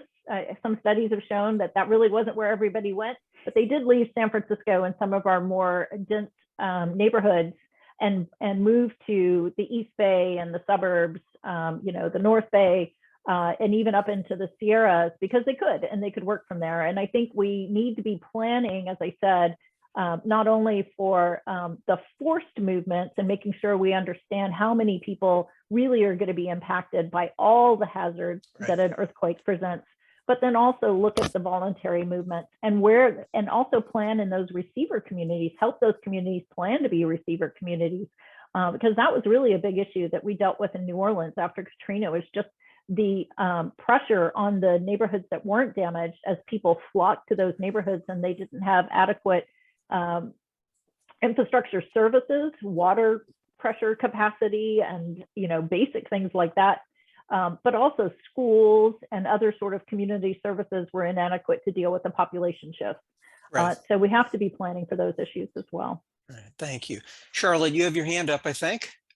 Yeah, I thought there was some really interesting stuff that resonated with me anyway, with some of the things that Mary Ellen said about COVID, because I do think that there's so much that we can learn from COVID and the response and people's attitudes towards it that relate to us. There are two things, and they seem small and tiny granular stuff, but sometimes they make the big difference, right, in how our message is perceived and received. One of the things I think you said, Mary Ellen, was you guys first of all set up a vaccination center or information center in City Hall or outside a library or somewhere that government says, okay, everybody knows this, right? So this is the place to go. But then in actual fact, you got a better response when later on shifted to the community. And that's when, you really got the response that you were hoping for. And I thought to myself, gosh, isn't that just like us?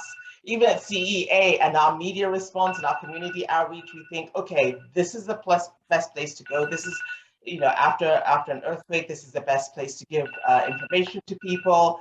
But really, and I'm even thinking this now for myself and my media, my community liaison officer, that we need to really think about, well, where do we get the messages out to? It's got to be to more community-oriented places. And then the second thing was, and again, this is really small, but the light bulb went ding, ding, ding in my head. It was when you said when we started putting together our messages, we did it in foreign languages first, and then translated it back to English. At least that's what I got. That I think you came up with the messages, I'm guessing, in Spanish and other languages first, so that they were culturally appropriate, and then translated it back to English. And of course, we tend to do the reverse. We do it in English first, and then say, how do we make it culturally appropriate? So two things that I picked up from that anyway.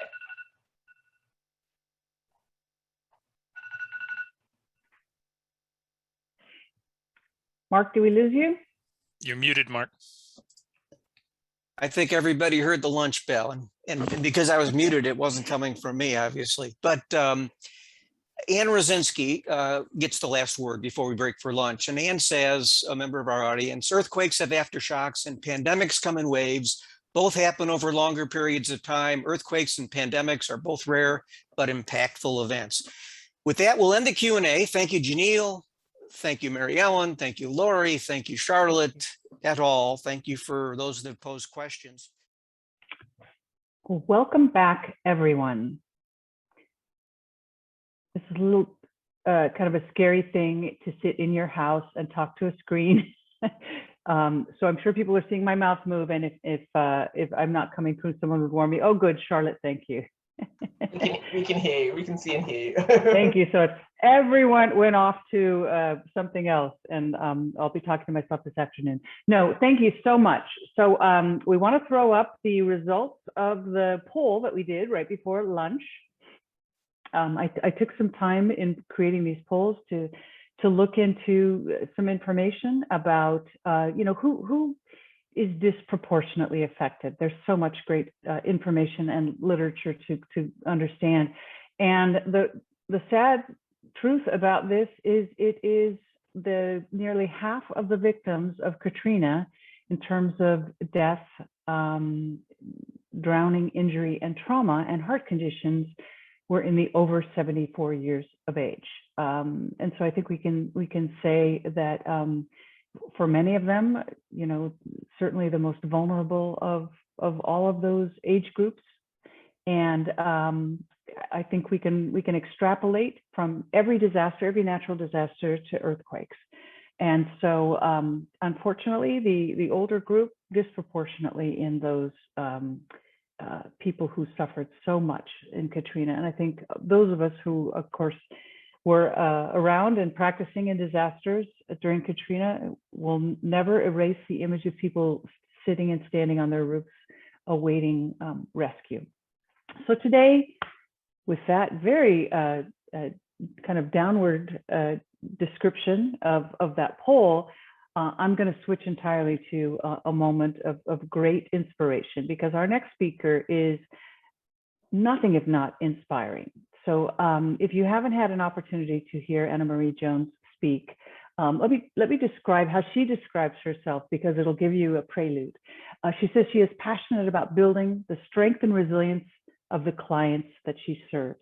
In particular, she's committed to transforming emergency preparedness into a beautiful, empowering, life-affirming pursuit for all people. I think that when she talks about a culture of readiness, it is exactly what we are trying to be part of, is that culture of readiness. She wants us to operate without the fear, threat, and forced bureaucracy, and that is right exactly where we would like our program to be. And I know that so many of you that I've worked with.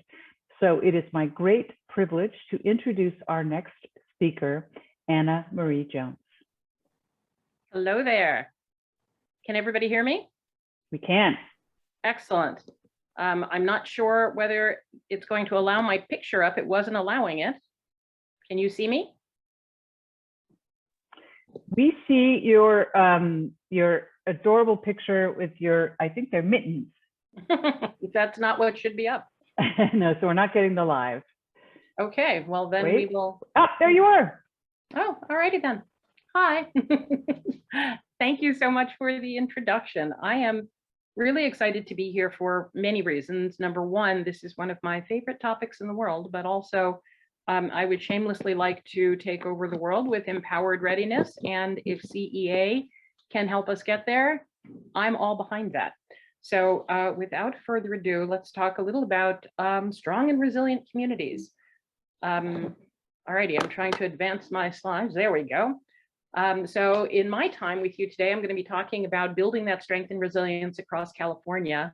This whole idea of resilience, justice, and DEI, which is diversity, equity, inclusion, and vulnerable communities, and what I consider to be the pandemic opportunity. Because I do believe there is incredible opportunity because we have just lived these last almost 2 years under a pandemic. The only things you should know about me for the sake of framing how you can hear everything I say is 3 short things. Number one, I'm a New Yorker. So while I'm beaming to you from beautiful Oakland, I am a New Yorker. So I'm blunt. If you were looking for a laid back California girl, wrong presentation. Number 2 is I've been into preparedness since I was 3.5 years old. When my little sister was born, my parents told me the job of an older sister is to protect the little sister. And from that point forward, I was the little nerdy preparedness child. And 3, my first 10 years of my working life was in advertising and marketing research in New York City. And I would say that everything you hear and everything I present is basically because I believe we have not marketed and not shared preparedness appropriately. It's mismarketed. Okay, the slide is not advancing. There we go. Requests to keep this space safe. Every time when you talk about anything as kind of laden with upset and politics as justice and such, sometimes people get a little antsy, but I would say please keep it a safe space because we are here to change the world and accept that everything we're talking about is needed, necessary, normal. We all want to move forward and have this work. And I'm going to ask you to please answer all the questions and help make the Q&A a great resource. And for all of you to ponder during this entire 2-day event is what would it mean if CEA got the level of buy-in and support and it helped us solve not just our earthquake readiness, but all of California's longstanding DEI issues, because it is indeed possible. It doesn't usually take more than one leader to start a revolution, and I would say we're due for one. Okay, we know we're not strangers to earthquakes and disasters, but the thing that we know, and some of our speakers have touched on this, we really do have a way of looking at earthquakes, and it's time for a change. But the truth is we keep trying to build on 100 years and billions of dollars of telling people about the fear and threats of earthquakes, floods, fires, terrorism, and now, of course, pandemics. And it's really a one-size-fits-all framework. We also know that that has absolutely never worked. So it's time to bury that and move beyond that with all due haste, because honestly, it's had its time, it needs to go. I'll tell you a little about CARD, which is Collaborating Agencies Responding to Disasters, its history and the DEI solutions. CARD was a nonprofit that was started after the 1989 World Series, because we saw, because it was the World Series, so the entire world saw that we fell on our faces when it came to the earthquake response. And this was not without genuine work and great effort on the part of our traditional agencies, but we did not have anything in place properly for the level of diversity that we knew we had in California. And so it was an initiative by and for nonprofits. And I would say that's really important. It wasn't just nonprofits, but it was faith agencies and government partners who wanted to support and empower nonprofits and faith agencies.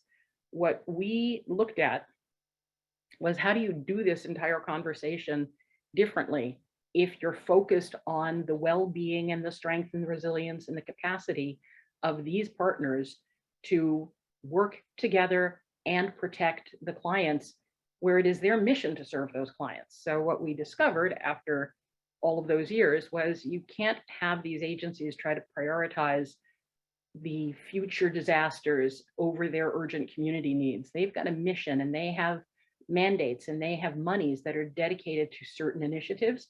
Earthquake preparedness and readiness and resilience, that was not one of the things, and it continued to not be one of the things. And I would say that the greatest thing we discovered out of that time was exactly how diverse the nonprofit sector is, exactly how differently they need to be supported, engaged, and helped along the path, because it is a long path to being really effective partners in this conversation. So our job was to be an incubator for all of those conversations. How do you make it work? If your job is to make it work for diverse audiences, you can't be stopped by the fact that, well, nobody has tackled this yet. And that was our thing. Okay, so, okay, traditional approach. We just want to cover a few of the basics. Number one, we know what this framework looks like because we keep using it. And I'm going to be urging everyone who cares about this topic to really fight the urge to just defer to this norm. And the norm has been to prepare for the disaster. So, whether it's earthquake, flood, fire, whatever, we tell people you've got to prepare for it. You've got to be engaged in it. We've already designated particular messengers. And the question I have in red is, what do these agencies have in common? Most of you know the answer to this, which is, one, they don't have the direct ongoing access to individuals in the community. There's no way for any of those groups to follow up with, make sure people actually learned what they were supposed to learn, that they had done anything, all of those things.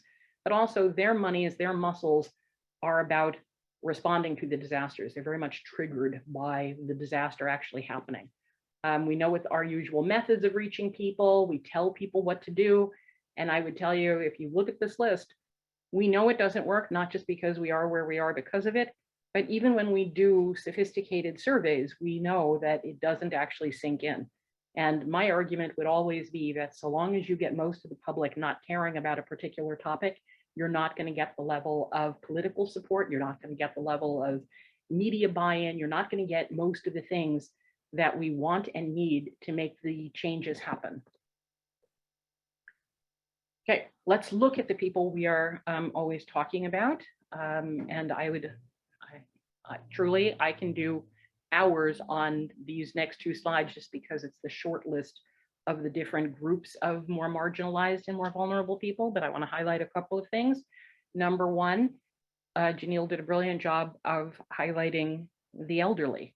we know that with every disaster, elderly folks are usually the first victims. They are the ones who suffer most. They are the ones who have the hardest time moving forward. And it is genuinely a trauma for the entire community to see that.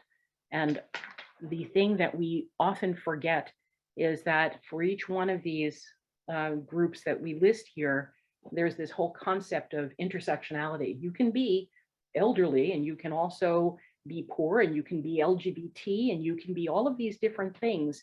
So it is a nuanced thing. So just making an outreach program in theory to serve some nameless, faceless elderly group usually doesn't work for that reason. Being elderly in San Francisco is a very different thing than being elderly in some of our more rural communities. Okay. On this slide, I'd point out religion. And honestly, I've done long presentations just on the impact of religion on our thinking.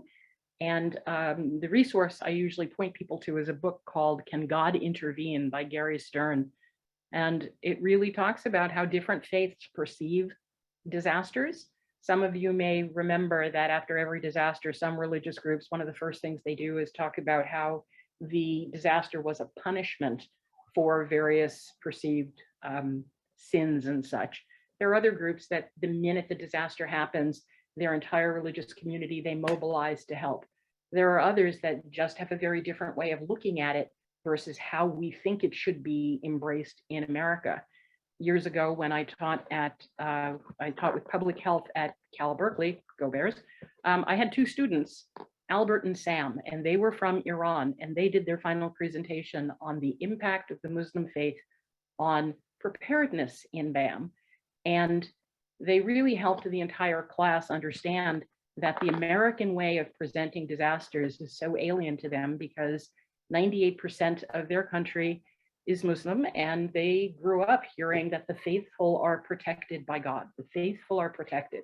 So if your faith and everybody around you believes that your faith protects you, and there's no formalized real earthquake engagement and readiness initiative, why would you have taken on most of these things? It would really be such a leap to think that certain communities would embrace certain things.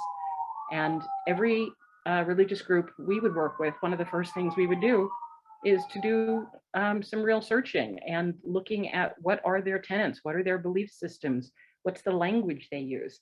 And that really helped us. And it made it possible for us to tailor courses, classes, materials around what they already believed. So we weren't asking them to think newly and differently. We were asking them to embrace taking something on through the lens of their own faith.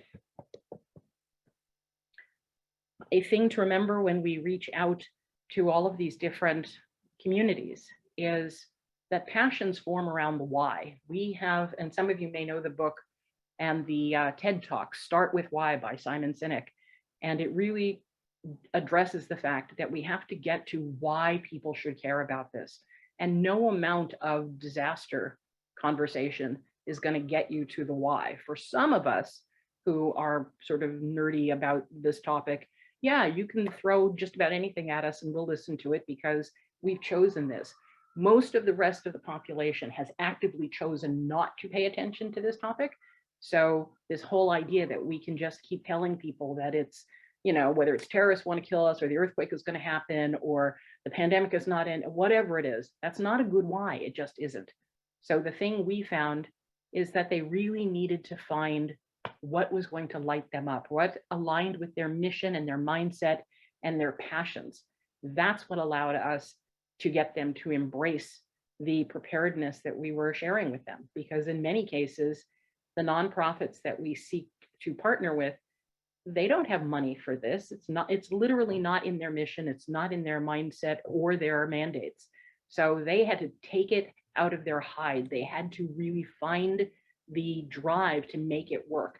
Some of them had to go and find different funding because ongoing funding isn't available for them. You would not expect your local fire department to stay up and operationally ready if they really never got sustained funding. Ditto for any Office of Emergency Services office. The idea that one year you should just go without funding, it's just completely unrealistic, but that is the norm inside the nonprofit and faith community.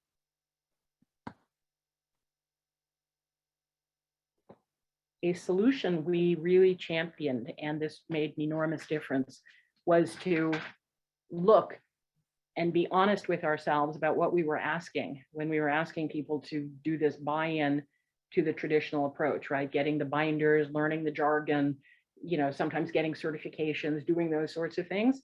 On the right side of the screen, that ladder represents that traditional thing of dedicated resources, and you want to have standardized plans, and there's a way that you do this process, and it's very time intensive. And sometimes agencies were even told that in order for them to participate or to get refunds or to be in any way included in all of this disaster experience, they had to go out and take certifications. I had agencies tell me that when they contacted their local jurisdictions, they were told, oh, well, you have to go out and get the incident command certification.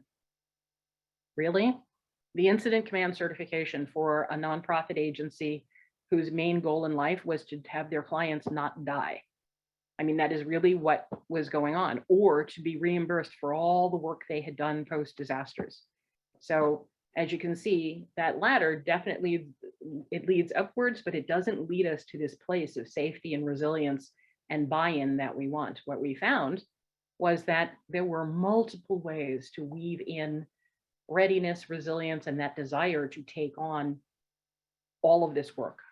So beyond the start with why conversation and finding what lit them up, it was a matter of how do we build it into their cultures, build it into their everyday lives, such that the agencies, the faith communities, the clients they serve, the communities in which they operate could be ongoingly engaged in this conversation. And I'll give you just a few examples from this. We used to call this the yellow brick road path to safety and resilience, because really each one of them we could go on and talk in depth.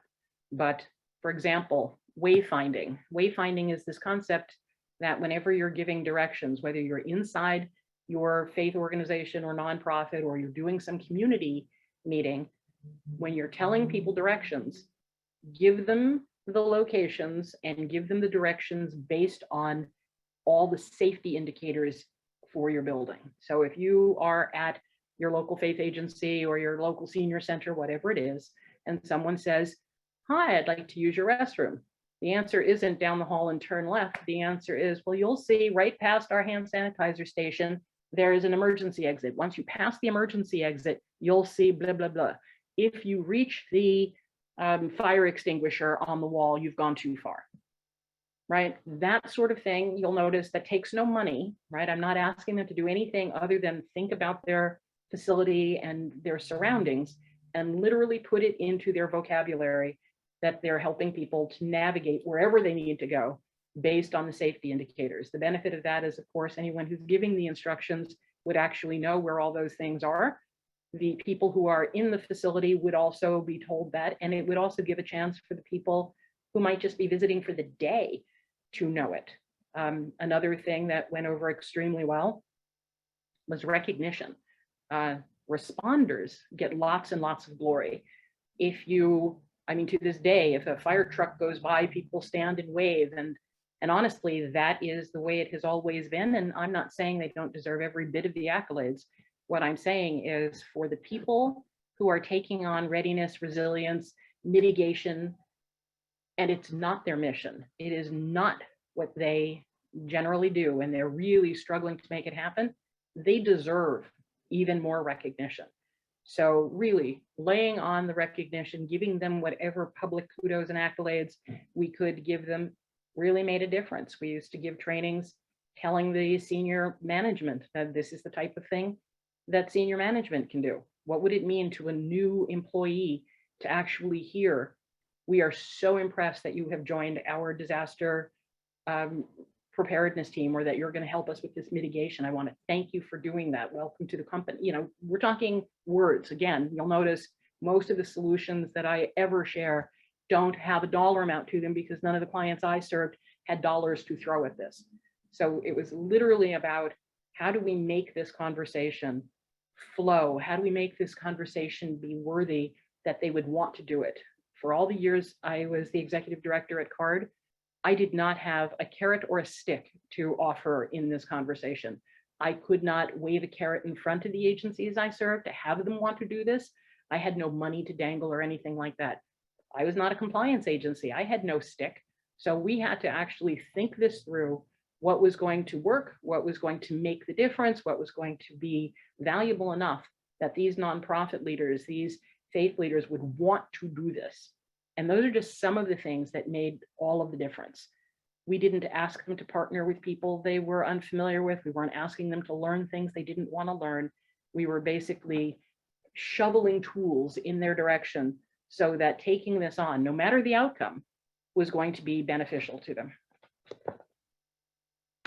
Another solution we found was help agencies to make their space speak safety. And I mean, every single time we got any money for non-structural hazard mitigation, a dreadfully not sexy phrase, I have to tell you, non-structural mitigation, it meant all the difference in the world for them to know that they can put signage up. They can literally, when they're giving a tour of their space, that it shows that safety is important here. We are doing this to make you safe. The thing I would tell you is that we want to get away from just convergent thinking, and this is an example of it. We need to embrace divergent thinking. Convergent thinking is this idea, like, what's the name of the utensil? And everybody, since this is a short presentation, we are not going to be able to do the level of interaction I normally would, but I'd like you to think, and if you want to put it in the Q&A, by all means do so. I'm going to ask you, what's the name of the eating utensil that goes with a spoon and a knife? Everybody knows it's a fork. What do you call the pointy parts? They're called prongs or tines. And what side of the plate do you put it on? It's on the left side. That's convergent thinking. There was a clear right answer. And there are times for that sort of training. For vulnerable communities, they're not interested in learning all the ins and outs of nonprofit, of emergency management and disaster, anything. So we really helped them embrace divergent learning because it was something that made a difference. It was something that made a difference beyond the disaster work we were doing. This is an example. What's one way to use a fork to make money? What's one way you can use a fork to be safe? How about how to do it in an entertaining way? And the reality is, in a disaster, what you need are people who bring the full benefit of all of their brain power to the room to make the difference. I want to share a couple of success stories with you. Here's one from this agency called Becoming Independent. They help people with intellectual disabilities stay independent in their own homes, in their community. When we had the 2014 South Napa earthquake, which happened at like 3:20 in the morning, this agency, they had already taken on preparedness with CARD and they had really embraced it.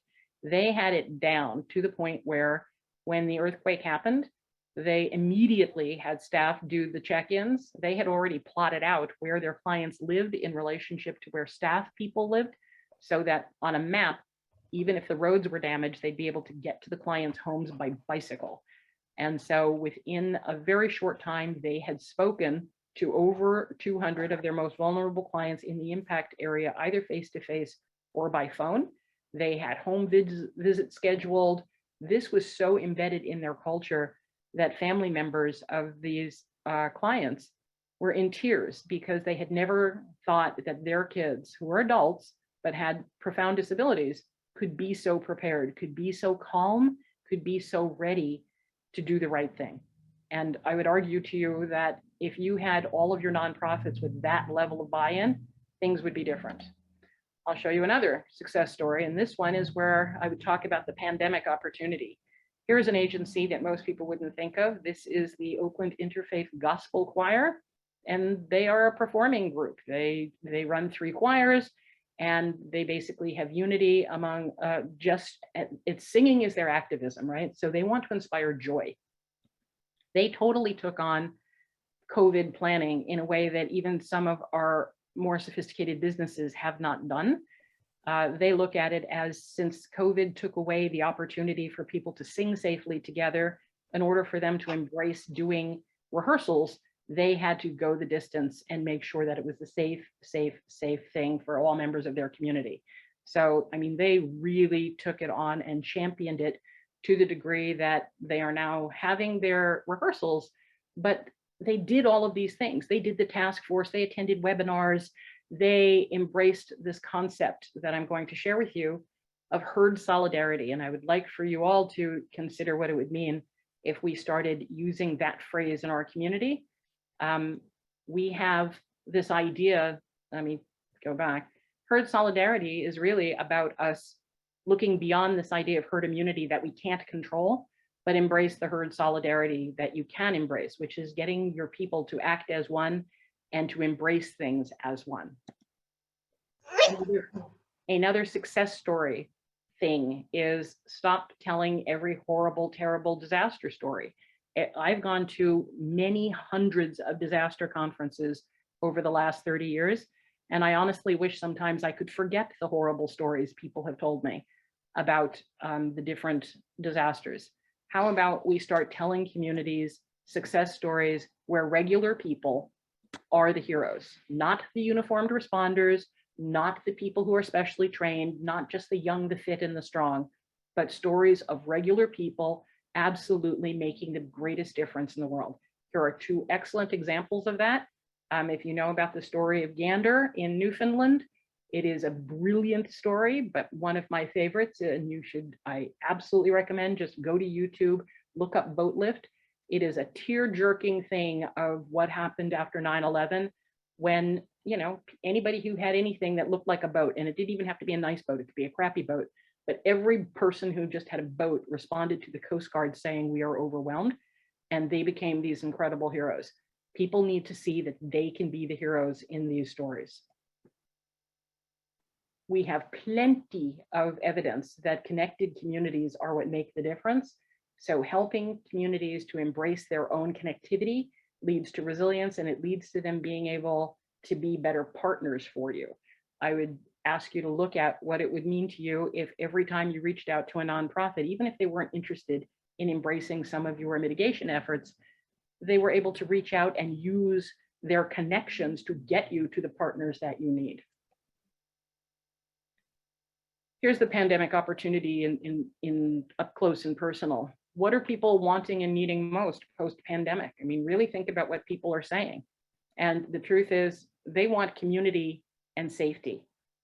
They want community and safety. They want to see their loved ones. They want to go back into their houses of worship. They want to see a play. They want to go out and just be safe again. And the reality is that if they embrace this idea of herd solidarity, you can start doing that. And again, herd solidarity is creating that alignment and agreement inside your chosen community about the behaviors and actions you're going to choose. The gospel choir, they have total herd solidarity about this. Most emergency managers would be in tears if they could have had the reaction we had the other day with them doing their rehearsal. These are people who I was giving them their instructions about hand signals for wearing masks. So if somebody comes near anybody and they don't have their mask up, or they've forgotten and their mask is down, everybody in unison pulls their hand up like this to show mask up. They make this hand motion to show you need social distancing. If you have to leave the room or adjust your mask, you need to take a mask break, everybody goes mask break, right? So everybody in unison doing this. When the training was over, and remember, this is a COVID-related training, they cheered, they were clapping and cheering. Why? Because it's a privilege for them to be able to come back and be ready to sing again. I will put in my recurrent shameless plug for stop using the fear and the imagery of disaster. We've just spent the last more than 18 months being afraid to breathe in the same room with the people we love. We've had it up to our eyeballs with fear and threat, and people don't need another horrible image to hold. And part of what we can do with outreach is to show people that there is a beautiful way to engage related to disaster or anything, whatever the conversation is, whether it's mitigation, building homes, we can change it, and we can do something other than fear. I have a good friend who's in the insurance business, and it's a teary-eyed thing to listen to her talk about insurance in lower income communities, because she looks at it as a pathway to preserving wealth and to have that level of asset transfer that poor communities have always been denied. And when you hear conversations that catch the ear and it comes from a different place, people are able to listen, people are able to embrace it. So I would say that that is the incredibly short version of why people are vulnerable and who they are. It's an incredibly diverse and complex group. Part of the reason for the ongoing vulnerability is because we are indeed mired in the way it has always been. And so many of the programs and projects we take on today are still based in that legacy. And we need to really adopt a very different approach if we want to have the different outcome. And we've got some serious competition. We've got pandemic sort of leading the way. We can actually make this about feeling physically safe again in your home, being physically safe in your community, having all of these efforts literally build people to be stronger and more united and be able to embrace whatever the future holds. So my last thing to say is you can make us stronger. If we embrace the diverse solutions, we can do this. There is a lot of research, and I mean social science, hard research on what motivates people. As I mentioned, I was in advertising and marketing for years. They don't spend billions of dollars in advertising and marketing to do the wrong thing over and over again, but we have done that in this country with disaster education. We have absolutely used that way of framing it, and there's just a different path. We can make it so that the most marginalized communities think that this is the most brilliant thing ever to build strong, resilient, united communities. And I will stop there, actually, a minute early. All righty, thank you very much. Anna Marie, thank you so much. And I apologize for my note that I sent with my bad math. You know, I'm only an engineer. I hope you didn't even see my 10-minute warning was too far ahead. Yes, but it's okay. Oh, good. Ignore me. Everybody should just ignore me. But I want to tell you how much I appreciated your presentation. And we're going to go to our panel, and then we're going to come back for questions and answers. And I'm so excited about what you talked about. And when I meet with people to talk about our retrofit program, I always tell them I'm trying to bring solutions. But what I want you to think about when we come back to questions and answers is how do I convince them, though, that they need this solution? I mean, that's the key. Is I feel very positive and you know, emphatic that we have a solution for them, but I need to, without the fear, be able to convince them that this is something that they need. So we'll be back with you soon. Thank you very much. I really appreciate it. Thank you. Great. So now we have a panel, and I'm really excited to introduce this panel. When we were thinking about vulnerable communities, we were thinking about our reach. Well, the slam dunk, of course, was that we were trying to reach people who can't afford to pay for the difference between the retrofit and our $3,000 grant. But we recognize, you know, and we recognize from experience that something that we call life gets in the way. But I want you to understand when we use that is when we do registration, we could get 10,000 people who register. We can bring in a certain number of them. We know that we're going to lose about 50% of the people who are accepted into the program. And one of the reasons is financial. One of the reasons is what we call life gets in the way. But when we're talking about it, we're talking about there's a marriage in the family, a death in the family, you know, perhaps there's a transition to a job, something that is a change in their status, but something that, you know, maybe the next year they'll be able to come back to us, or the year following. But we also recognize that there are people in vulnerable communities whose life gets in the way. It's not an occasional. And so the two gentlemen that we're going to be including in this panel are working in two different but extremely important directions on behalf of the state of California. So let me introduce both of them, and then I will ask Vance first to talk about what he does, and then Aaron to talk about what he does, and then we're going to get into a discussion. So our first speaker on our panel is Vance Taylor. Vance is the chief of the Office of Access and Functional Needs at the California Governor's Office of Emergency Services. His extensive experience integrating the needs of individuals with disabilities and underrepresented populations with complex organizational cultures and crisis management programs. So really a tremendous opportunity for us to learn from Vance.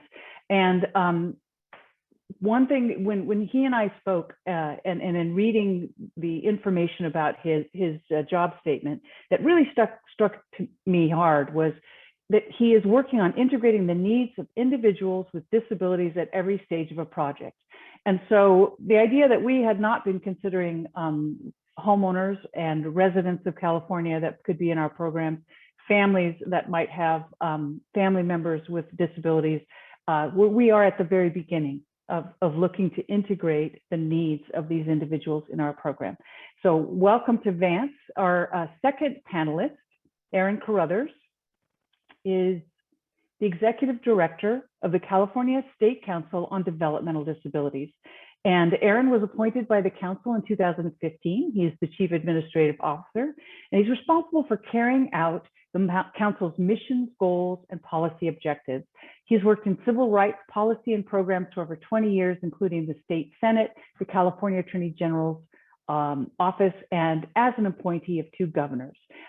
This organization, the SCDD, is looking to do very similar to what Vance is doing, is to provide, I think what he said that was the most important to me was to remove barriers for these communities, to remove barriers. And that really struck with me. And so we also welcome Erin Caruthers to our panel. So if I could now invite both of them to turn on their video if they haven't yet done that. And I will ask Vance to spend a few minutes. There he is. Vance, we'd love to hear from you a little bit about what you do, and then we'll ask Erin that, and then we'll get into some questions and discussion. Welcome, Vance. Hey, thank you. It's great to be here. Erin, great to see you. And thanks for having us. We appreciate participating in this great setup. And obviously, I just want to thank everybody that's online right now. I'm always very quick to point out that the fact that you're tuned into us and not tuned into Netflix is like a total win, right? But this is good. We're competing with a lot right now. So just by way of quick background, so I have the distinct pleasure and honor of being the chief of the Office of Access and Functional Needs at the California Governor's Office of Emergency Services, which is a very long title. And if you're in state government, you'll know that it's almost like a competition. So if it is a competition, certainly I'm winning.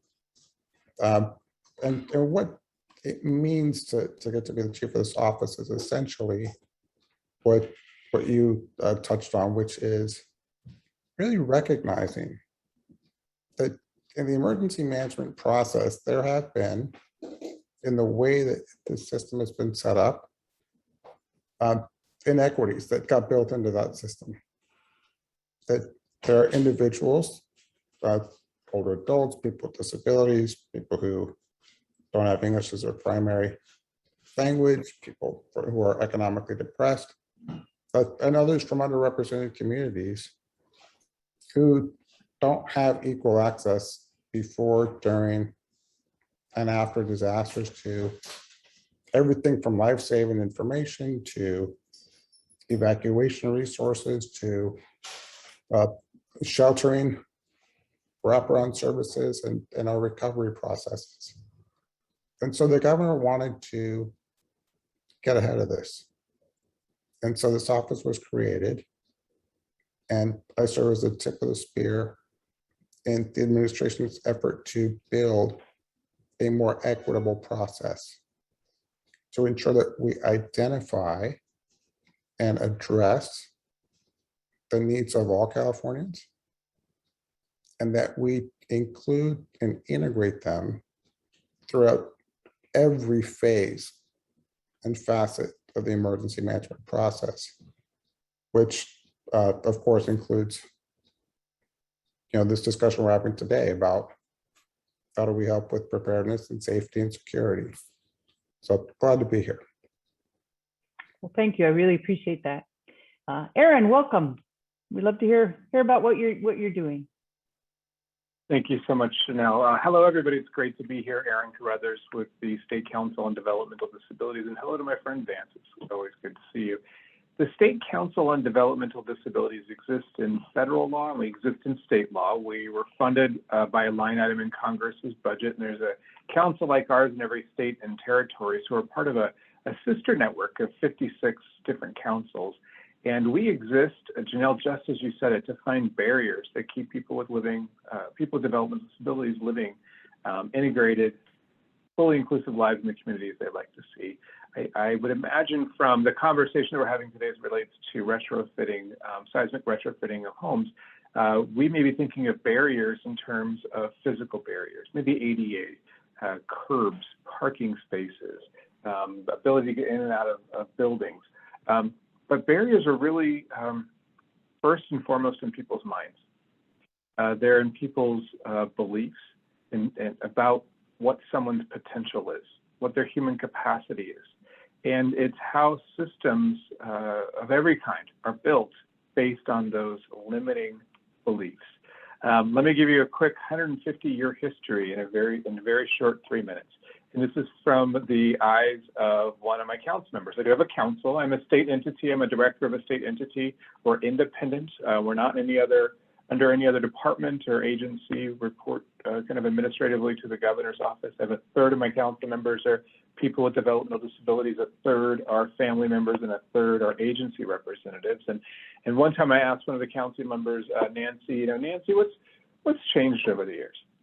And she said, well, Aaron, about 150 years ago, the best, most enlightened thing you could do with somebody with developmental disability was take them from their families and put them away and tell their families, you don't have to burden anymore. We'll take good care of them. People were put into institutions.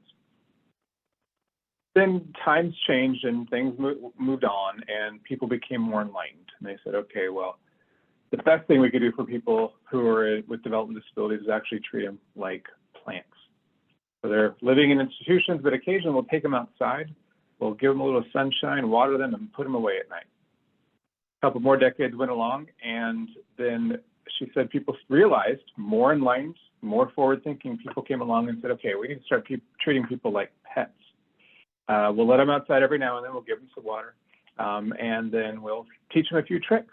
After they do those few tricks, we'll put them away at night. Another couple of decades have come along, and people have started to realize, oh, we got to start treating people like people. And so they have these meetings where there are persons that are planning, where they're in a room and they're surrounded by all these support professionals, and who are just talking about somebody, but not ever including them in the conversation. So she says, from plant to person to pet to people is the progress of what this system has been, and there's barriers at every step of the way. But it's time to treat people just as humans. So in California, we're still working on those vestiges of institutionalization. California just last year closed down its last institutions, but we still have 250 people who are living in them. From plants, moving people in and out of the sunshine every now and then. No, it's time to be in the community. From pet, we have these, California has these things called sheltered workshops where it's legal to pay people as little as $2 an hour to work. And there's a bill on the governor's desk, the council sponsored to end this. So it's time for people to live in the community, live fully integrated, live completely as people. We are the best, most forward-thinking people of our times. This is what we think is right. And 10, 20, 15 years from now, 30 years, hopefully, they'll look back at us and see what cavemen we really were and how awful we were. But this is what we're moving forward with in those enlightened times. So very glad to be here as part of this conversation. I hope that was interesting or helpful to give a sense as to how the barriers are in people's minds and how they manifest in the systems we provide. No, that's very, very helpful. And, I distinctly remember our conversation about barriers, and I've been giving it a great deal of thought. Before the forum, we were talking about it. And Vance, I wanted to thank you for your list of equal access needs to be in information, resources, wraparound services, recovery. What are some of the barriers to providing information to, across the various communities in California? What are some of the barriers to information? Maybe Vance, we start with you. Sure. So, on the emergency communication front, there's really been an evolution. What we saw is that you had well-intentioned individuals trying to do good things, but they unfortunately they were planning in vacuums, right? So it's like if the three of us said, okay, great, we're gonna get information out there. How do we do it? Well, we plan based on our own life experience, right? So if there's something outside of our lived experience, chances are it's not a perspective we have, and so it doesn't get built into our process. And so you would see people put on press conferences, and they'd say, well, that's how you communicate. But there's nobody in the room to ask, hey, what if English isn't your primary language? There was nobody in the room that asked, what about people who are deaf or hard of hearing? Shouldn't we have an ASL interpreter? Right? What about people who are blind? Shouldn't we provide this information in alternative formats? And it's that thing that, these messages were literally falling on deaf ears. And so we said, okay, well, let's work on getting ASL interpretation. Let's work on getting alternate materials and formats. And let's work on getting things in different languages. And we've improved significantly on those fronts. It's very rare that you're going to see the governor do a press conference and it's not going to be interpreted and it's not going to be available in other formats. And that's good. One of the areas that we find now is that we need to do a much better job in terms of how we push that messaging out, right? To get water to the end of the row, you've got to meet people where they are. And you hear a lot about hard to reach communities.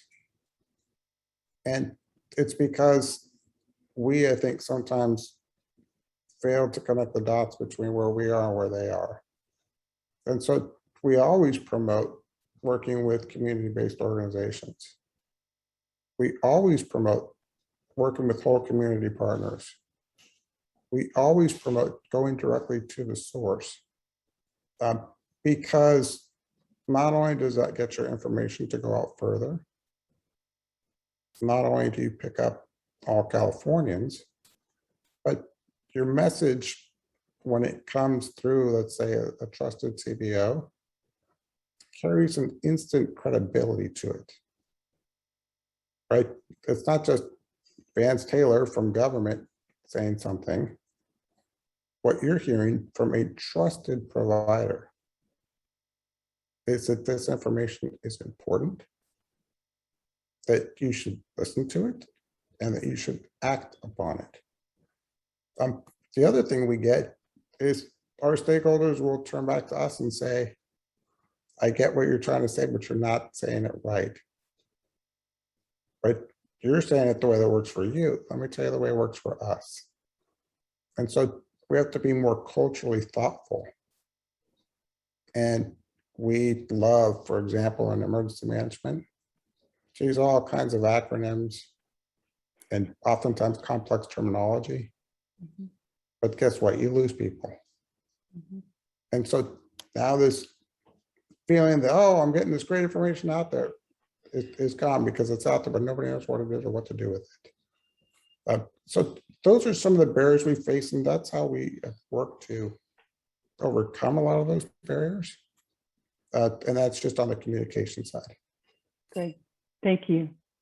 So Aaron, when we had a conversation, you talked about something that I'd never given any thought, and which is of course the whole idea with what we're starting here. And we were talking about, I said, we can't help it. If we're going to have a low income supplementary, we're going to have to, interface with people on their household income. And it's, it's forms and it's applications. And I said, and we typically have been using the internet. And you were telling me about, kind of the experience of perhaps maybe just kind of picking the average family of the group that you serve. Do you remember that conversation? And talking about, the continual interface that they have with bureaucracy. And I wondered if you could remember what you were talked about and go back to that. Oh, sure, Janelle. I remember because it's every day. It's Okay. life. And Janelle, I also want to just take a moment. Please.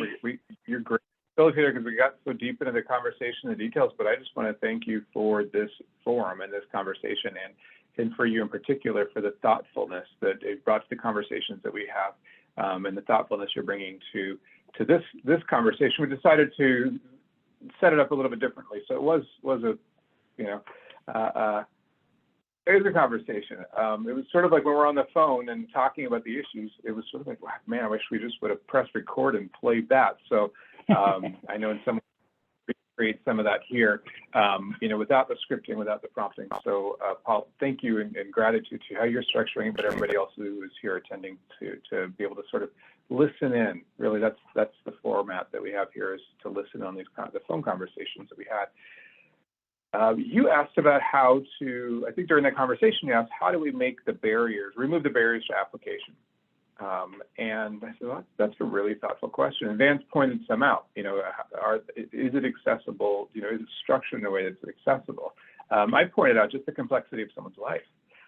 There is somebody, it depends on who you're talking about and talking to. If you're talking about a person with developmental disabilities who is living independently, they're receiving support through their local regional center, and they're on their own.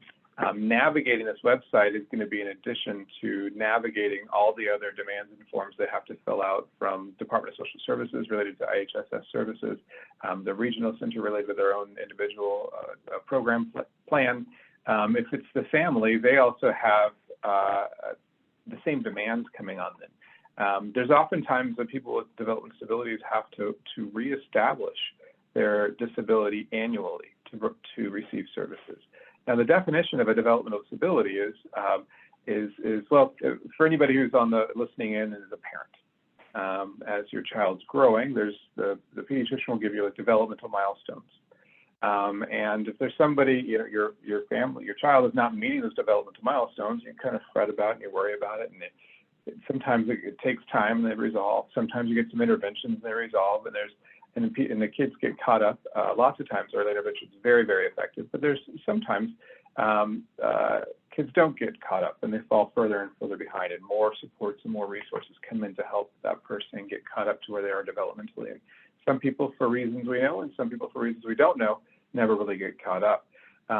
So the definition of a developmental disability is, you're going to have this condition that developed before 18. It's going to impact a number of areas within 7 defined categories, and it's going to be for life, and you're going to need resources and supports for life to be able to live independently.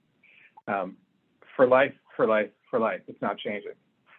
Yet programs just to maintain basic supports and services make people with disabilities recertify annually that they still have that disability. So there's these demands on just maintaining the bare minimum of supports to keep going, to keep the services in place that families, whether I'm a family and I'm taking care of my level of developmental disability, or I am that person with developmental disability who's taking care of myself, there's a whole lot of demands that are being pulled on people's time and attention and bandwidth and capacity to fill out government paperwork.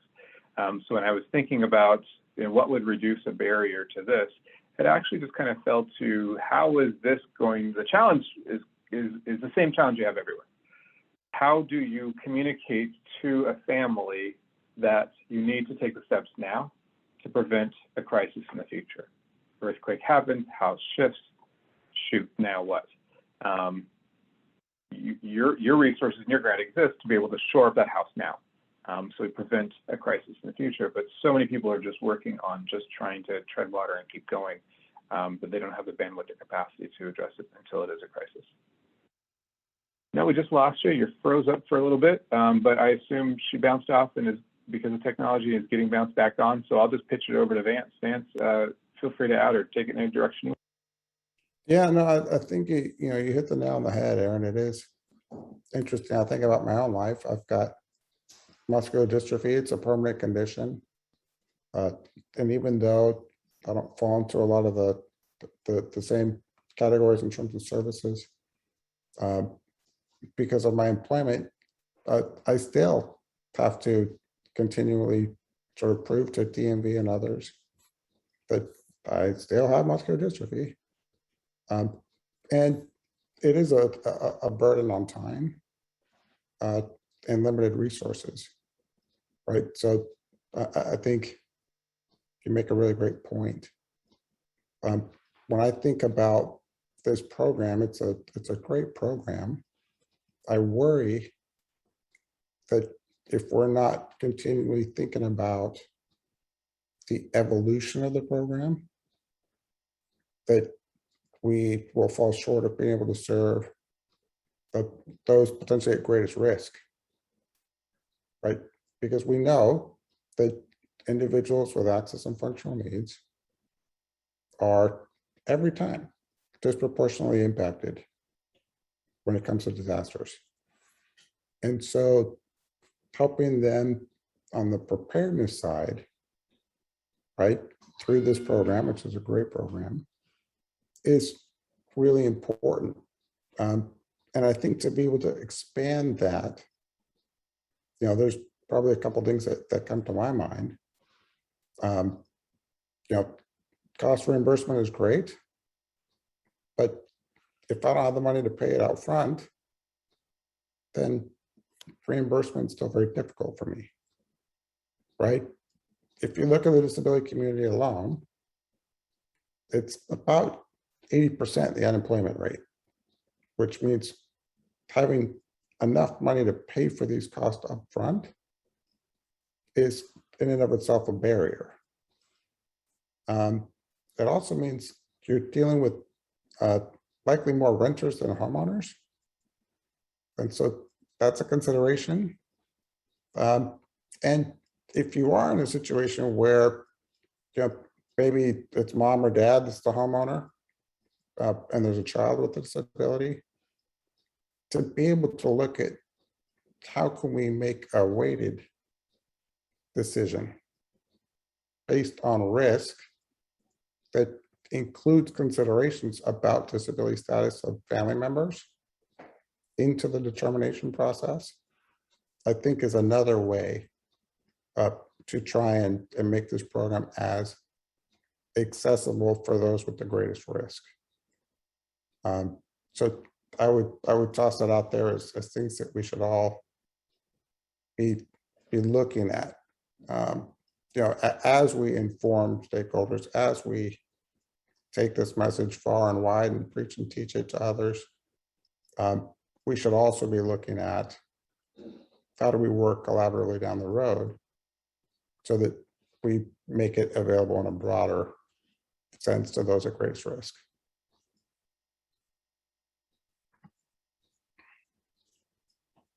You know, it looks like some technology swiped you off for a moment, so we just kept going.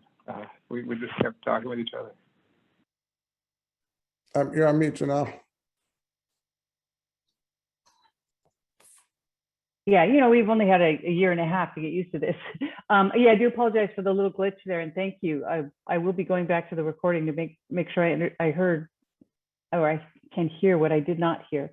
We got about 5 to 10 minutes, and I wanted to ask you this question: is how do we measure success? In that right now I can look at the data that I have and I can say, well, you know, the majority of the houses are between this age and this age, and the majority of the costs are this. In other words, we have some data that just in the process of running our program, we ask people questions. You know, it's very personal to ask someone if if they are part of a particular community, so that we can find out if we're serving community. How do we know that we're being successful to, you know, the spectrum of California citizens? Can we ask that question? Like what? Yeah, go ahead. With the size of the grant, the resources that are there, I think that to get an answer to the question you're asking, it's a precise, measurable one, would take a lot of resources to set up the structures. There's ways, there's measures, you could cross-reference. The other way to do it is to do outreach through trusted messengers. So you talked about one of the barriers to communication. One of the barriers to communication for families with developmental disabilities is there's so much coming at them, they just have to filter. What do I get? So when I see something coming from a trusted messenger, I'm more likely to pay attention to it. So it's using and knowing you're able to get information through trusted messengers could be one way of measurement. Great. Vance, any ideas on that? Yeah, I just want to piggyback on that a little bit, because I think that, what you have to build is sort of your acolytes, if you will, right? It's not just that you're going to put together this great messaging and you're going to go broadly to CBOs. You've got to have some champions, right? You've got to have your Aaron Caruthers. You've got to have some others who are these trusted voices. And I think part of that means providing an opportunity for those trusted voices to actually have some level of influence or discussion about the program itself, right? So it becomes a little bit less about, Janelle, here's the message, please push it out. And it becomes more a matter of hey, Janelle, let's work on this together. And then in partnership, we'll push things out. And so I think exploring that process is an important next step. And I think as part of that step, helping define what does success look like for us, given our resources and given what we do.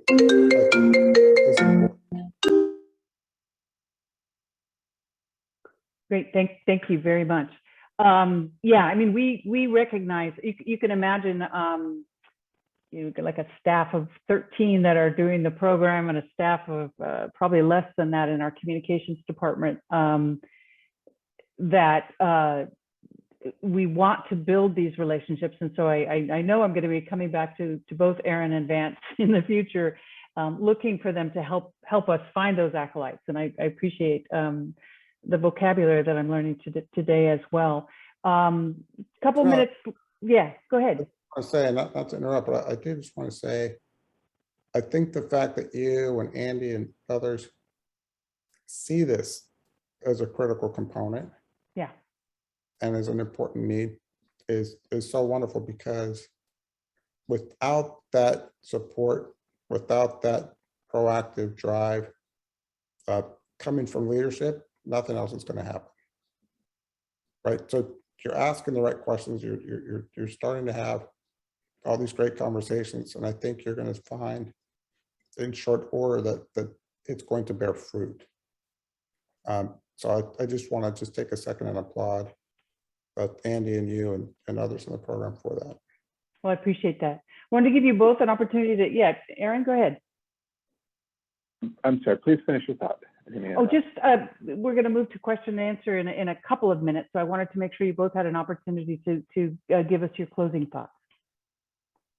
But my closing thoughts is that we can be trusted messengers, but coming into this conversation, I was thinking of what would my wish list be to make the program as just as effective as possible. Because if we're sending the program, if we're submitting the opportunity, and it's a great opportunity, it's a great program, it's a really important resource, but if we're sending it to the families who have the barriers that we've talked about, I can imagine there's other barriers that are going to get in the way. So if I could just dream big, and what would the program look like, or how could it possibly change to make it more effective so people took advantage of it, is that one, I think there needs to be ways to expand the program. So I know that funding doesn't cover 100% of costs. That's going to be a barrier. So if a dream list would be that it covers 100% of costs.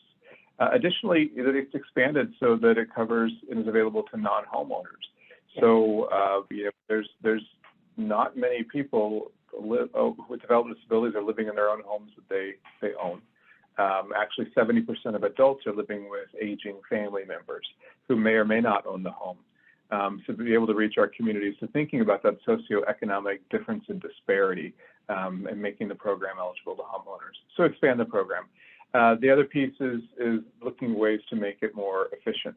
So as Vance mentioned, making it not cost reimbursed, that dollar burden actually is a challenge. So those would be my wishes if I had a magic wand. Yeah. Vance? Yeah, and I would echo and applaud all of those recommendations.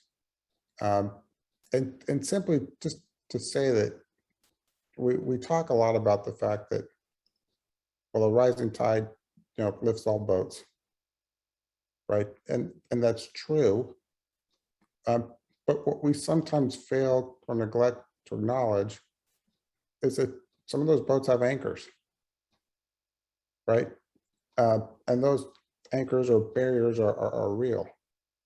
And so I like this idea of being very specific in the approach and being very deliberate to talk about the barriers that people with disabilities have, because for so long, they've been marginalized and cut out of this process, that without taking a very deliberate and proactive approach to specifically address those needs, it just doesn't happen.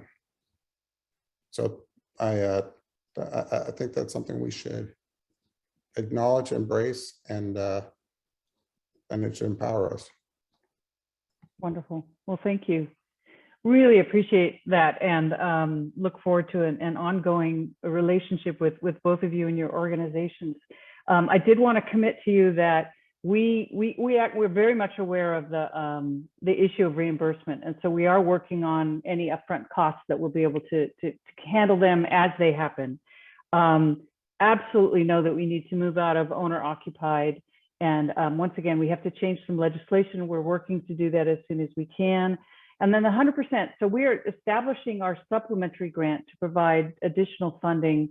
It will be, people will have to show us, or they will have to show that they are 80% of the mean household income of California. Once again, as we put this out, we're not afraid to make mistakes and to move on from those mistakes. So, but I do appreciate you punctuating those three very important points. I wanted to invite Anna Marie Jones to join us again. Yeah, go ahead. That's amazing. I'm not going to pretend my magic wand's that powerful. I'll just chalk it up to, intelligent minds are thinking alike. So thank you so much for already acting on the issues that were on our mind.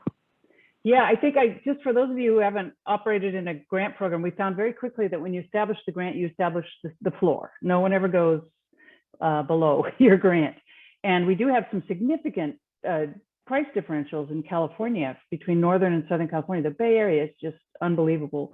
And then of course, people are doing what we call bolt only, which is, can be as low as a $3,500 retrofit in Southern California, or they may need plywood, which is more. And so that's why we come up with different pricing as well. So we can really zone in with our supplementary grant to be able to put as much money as we can into these supplementary grants, rather than frankly paying for contractors to pad their bids, because we had to establish it way up high. So really appreciate that. And Anna Marie, are you there? We'd love for you to join us if you can find your video again. I am. It says I can't start it, but I am here. Yeah, I hear Ed says the sound is cutting in and out. Sound is back now. I do apologize if we have any technical difficulties. So Anna, any comments on what you just heard from the panel, or questions that you yourself have for our panelists? I put you right on the spot as you find your video. For me, I'm just delighted to see this after all these years. This is just a really great moment, because we've been working on this whole, how do we do the full inclusion since Loma Prieta. And so this feels like a really solid, positive step forward.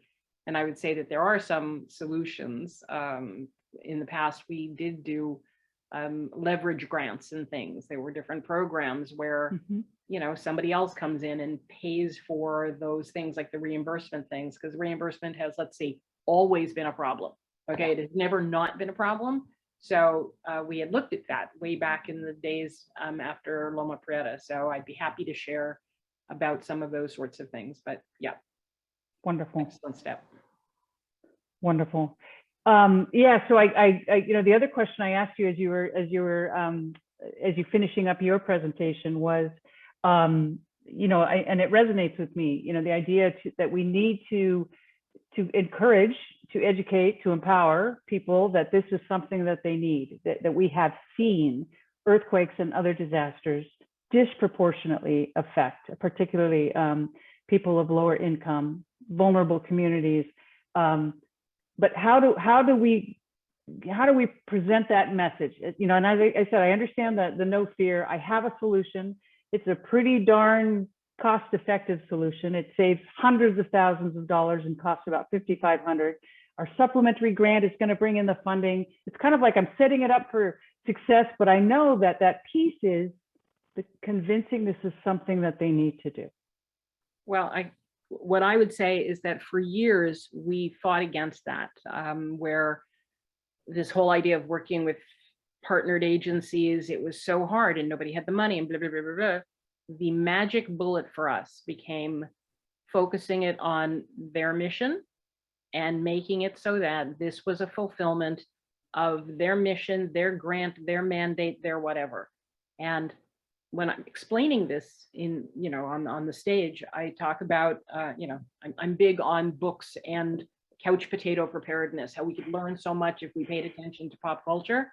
There is a book called The 5 Love Languages, right? And one of the love languages, like how a person is really going to feel love and understand love and all of that, is quality time, right? Just like some people, you need to give them a gift. Some people, you need to say how much you love them.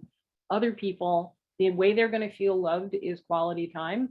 And for some of these agencies, this is a project for them. It's a happy quality time experience. I mean, we used to mobilize in various communities, and it didn't matter that we were doing earthquake retrofit. It really didn't. I mean, we made it a loving community engagement. They were happy to do it.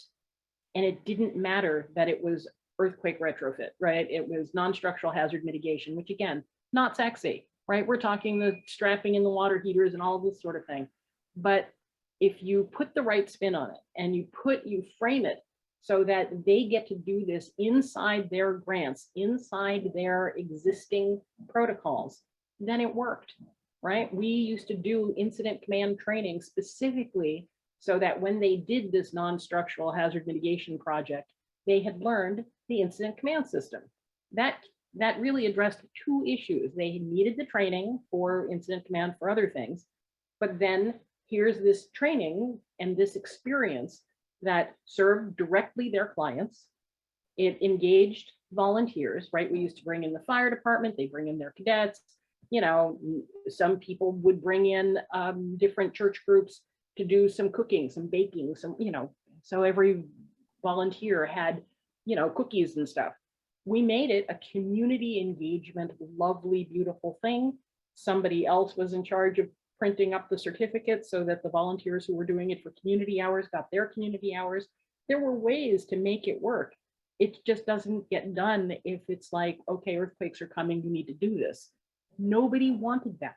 The poorest communities actually were repelled by that message. It's like, I got enough stuff to deal with.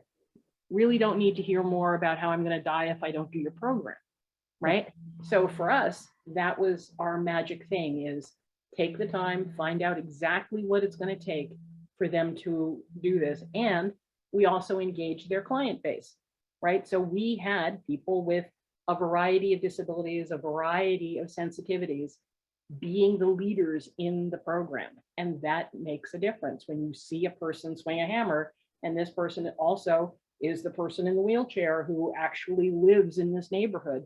It made all the difference in the world. This was an emotionally uplifting experience for all the different component pieces.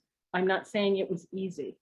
I'm saying it was worth it to get people to really see that this was different, and it wasn't just, oh, here's another earthquake thing we're supposed to do.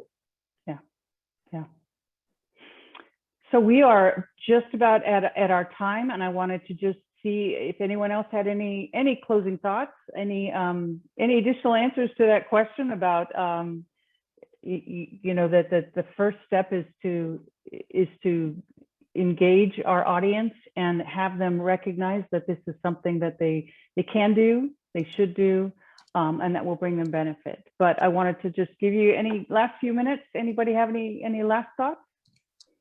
There is a question in the Q&A, Janiele. Yeah, I saw the question and I was trying to think. So the question is very straightforward. It's a checkbox on registration for whether or not someone has disabilities. And I did register. I apologize. I didn't mean to ignore it. That's the kind of thing that I would go back to Aaron and Vance to get more information on about, what kind of language would lead to meaningful data and frankly wouldn't offend our potential registrants. So I am interested in that, pursuing that avenue further about how we can see if we're being successful. So Vance. I think Aaron beat me off mute. All right. Well, look, I never think it's offensive to ask. Okay. Right. I think we're asking not because we're just curious. Right. There's a purpose to why we're asking this question. And if people understand what that is, right, then I think that they're more than eager to answer that question. I think part of what we have to recognize is the relevance of disability, right? You talk to someone and they say, oh yeah, I went to go get ice cream with my friend Joe. Oh yeah, he's blind. And then you think, well, how is that relevant to the story? Right? But if you say, yeah, we went to get ice cream and it was actually really great because the menus were available in Braille. And my friend Joe is blind, so this is fantastic. Right? Suddenly it's relevant. And so I think when we're asking these questions, to be able to explain the relevance and the value of answering is what's the key there. Thank you. Thank you. And that was going to be a key word for tomorrow. We're talking about, the notion of coming in and injecting money into a community and how you make that relevant. So I appreciate that segue. Aaron? I think, well, Vance hit it, because no one just wants to be a demographic on the checkbox. Good, we've accomplished this. To the extent that there's a link, there's a purpose, and you can articulate it, that's when people want to know why. If you are looking for demographics on checkboxes, then you may just have to go back to state resources and see if the Department of Social Services through IHSS, the Department of Developmental Services, the regional centers be willing to overlay your list with their list to see what your saturation is. But so there's kind of State Department resources to see, but to the extent that you can identify why and articulate that, then as Vance says, there's no reason in asking, no harm in asking. But if there isn't, and it's just we want to make sure we're doing good saturation, then you may not get good answers when you ask. Great, thank you, I appreciate that. So Anna Maria, I'll let you take us out. Any last comments? Just that this is such a worthy thing for us to be pursuing. I'm just really struck by what it will mean for CEA to do this. The opening remarks about how large CEA is in terms of its impact. I would like to have Glenn achieve that goal he talked about. I don't know how many there are that you could insure, but I think it's a worthy thing for us to shoot for and get people to really buy into this, because we could change so much for so many communities if we make this genuinely work. Wonderful, thank you. Well, I really appreciate it. Anna Marie, Vance, Aaron, thank you so much. We really appreciate it. And we're going to move to our next speaker, but I look forward to talking to all of you again soon. Thank you very much. All right, thanks, Janelle. Thank you. Thank you. And now I'd like to invite Cheryl Rabinovici. There she is. Cheryl, welcome. Hi there. Thanks so much. Just an incredible day so far. Well, honored to be here at the end of the day. Wonderful. Let me introduce you as more than just a friend and a counsel in all things. I could do a little bit of that myself, but if you have a minute. If you have something particular you want to say, go ahead. I do. I want to brag about one thing is I'm very good about getting free advice. And, you know, I volunteered to drive you to Sacramento once and got an hour and a half of amazing consultation. But Dr. Cheryl Rubinovici has helped me really. I said that wrong. I said that in the Italian. Rubinovic, pardon me. That's fine. I'm always Italianizing things. Is helping me to understand communication of disasters and, most importantly, of mitigation. And the thing that she said to me that if I've said it once, Cheryl, I've said it 1,000 times since you said it, was to provide simple visual cues. And I keep that in mind. And I might extrapolate that to simple visual and verbal and social cues. Social, exactly. Yeah. And then the latter steps of where we want people to start and where we would like them to end. So I would like to now invite you to give us your thoughts, your impressions, and then I'm going to watch for maybe about 10 to 3 and jump in and see if we have any questions from the audience, and then of course come in with audience. Does that sound like a plan? It sounds good. I mean, I am always just bubbling over with thoughts after the end of a day like this. And I wish we could have, you know, so much more dialogue with other participants, people who are watching at home. But thanks for this opportunity to do it this way. And I hope it will be fun for everybody. And please keep those questions or topics, responses even. I just like to hear what people are thinking based on the conversation that's going on the screen. And I know I always learn something new, as I did from the talks today. So just first of all, I want to say that I'm coming to you from our home in the shaking and landslide vulnerable hills of El Cerrito, California, just north of Berkeley. This land was and is a site of life, trade, tradition for numerous native tribes, the Ohlone, the Chochenyo, the Muweka, peoples. I want to recognize that, as well as the work that I need to do to learn more about their experiences related to the past, present, and future of this place, and all the relatives within it, including in relation to the very issues that we're talking about today. Today, El Cerrito and its adjacent to Richmond, another city many have heard of, you know, we're really and are shaped by the Black pioneers and inventors of the gold rush, the workers of World War II, and the civil rights era of the East Bay. All that is relevant to where we want to be. And I just wanted to kind of shape my position physically in that context, socially as well. I love how Anna Marie put it, you know, 3 things about me that tell you kind of where I'm coming from in the professional world. I'm from Seattle. I'm a West Coast pragmatist and diplomatic person by nature. I trained in public policy because I have a lot of faith in science and evidence and governments and collective goals and collective action, incentives, programs, processes, and stuff like that. It can get pretty wonky. But my goal in all the ways I've worked in this field for over 20 years is to be a translator. That's policy stuff I was just talking about, doesn't work by itself. So we have to facilitate connections and communication. Sometimes that's between hazard scientists and social scientists. Sometimes it's between cities and their community members, their constituents. Sometimes it's between experts and all the other types of stakeholders. Gosh, the words like lay people, general public. We don't really even have, after all this time, good words for everything we want to convey here. But I like to phrase it as the everyday actors in whose hands much of the action that we need on this topic depends. You know, so there's advice givers and there's doers. And a lot of times we are not the doers. And it's not going to get a lot better if we're thinking of ourselves only as the only doers.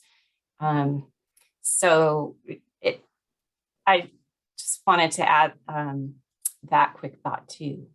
So again, it's a humbling privilege to have some space here at the end of the day. Thank you for attending, everyone, and sticking through to it.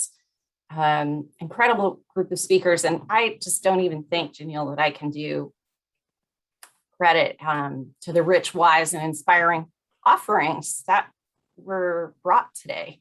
If it's okay, while I'm going, I'll use first names of the other speakers here, but their depth of incredible training and experience is evident. To kick off the day, Glenn, Charlotte, and Janiele, I mean, I think CEA's commitment to outreach, partnering, learning and doing, walking the talk on communication is really set a new bar for experts and agencies in this field. Shows a lot of commitment to take the forum and make it all, equity programming focused. Shows a lot of commitment to do, for 2 days and to elevate the speakers that you've chosen to. Laurie Johnson in the morning kicked us off with her depth of experience, in disaster settings, in creating scenarios, collecting and analyzing the data in a very engaged, proactive, interdisciplinary, human and organizational capacity focused way. That was a great foundation to the day. Mary Ellen provided great COVID-focused examples of best practices in risk communication and motivating action on risk issues. And you showed, Mary Ellen, that best practices work and that new practices can become embedded and organizational cultures can change, learning from as society learns to tackle issues differently. Anna Marie, I just saw that she needed to step off the call for today, but from her wealth and experience of training and knowledge, she gave us some examples of how to navigate the spaces that we know we need to be in. She's right. This is a good moment for our topic, our messages. But that takeaway line, make your thing part of that person or agency's fulfilling its mission. That resonates deeply with me. I think that's spot on advice for anyone who wants to, who has something important that they want to do to help someone else, and they want to be heard, and they want to truly make a difference there. And then just now, it was impressive to hear about the work that Vance and Aaron are doing on inclusion and how our state is formalizing our commitments and actions on those goals. I think that recognition, that embeddedness that we're moving towards is, like Janiele was just saying, you have to saturate the environment with signals that lean people the way they need to go. And something like Americans with Disabilities Act, was one kind of signal, a super heavy regulation that came down on all buildings or certain classes by category, that they need to do certain things to make sure those buildings are usable by everyone. But regulation is not the only way we make progress on that. It can be just it's everything, right down to how do we talk about disabled people who are in our lives, about ourselves and our own disabilities. It just, everything matters. It needs to be a full court press, as those from sports might remember. Now to just a couple of comments on my own, and then Janiele, really, I feel like we should get to conversation more than anything and people's questions.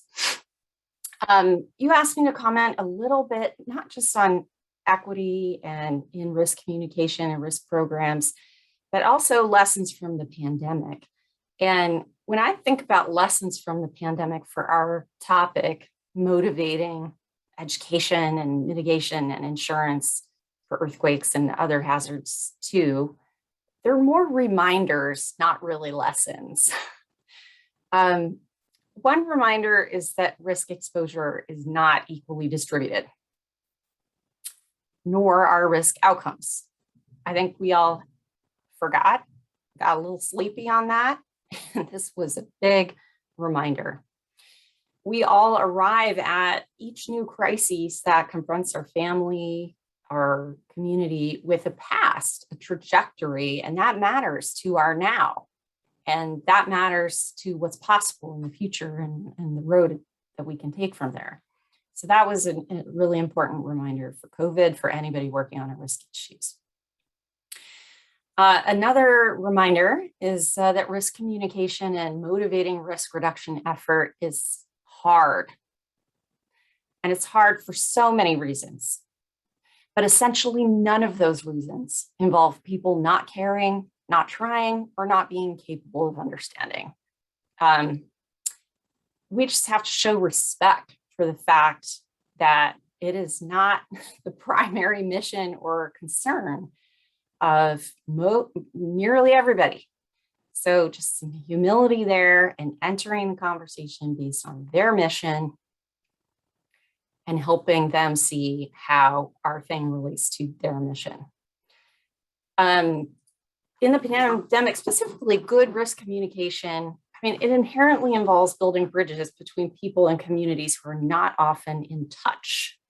Like, I don't want to sit with my public health expert, you know, at every Friday dinner so I can know what's happening with public health risk issues. You know, we're not naturally going to converse that much.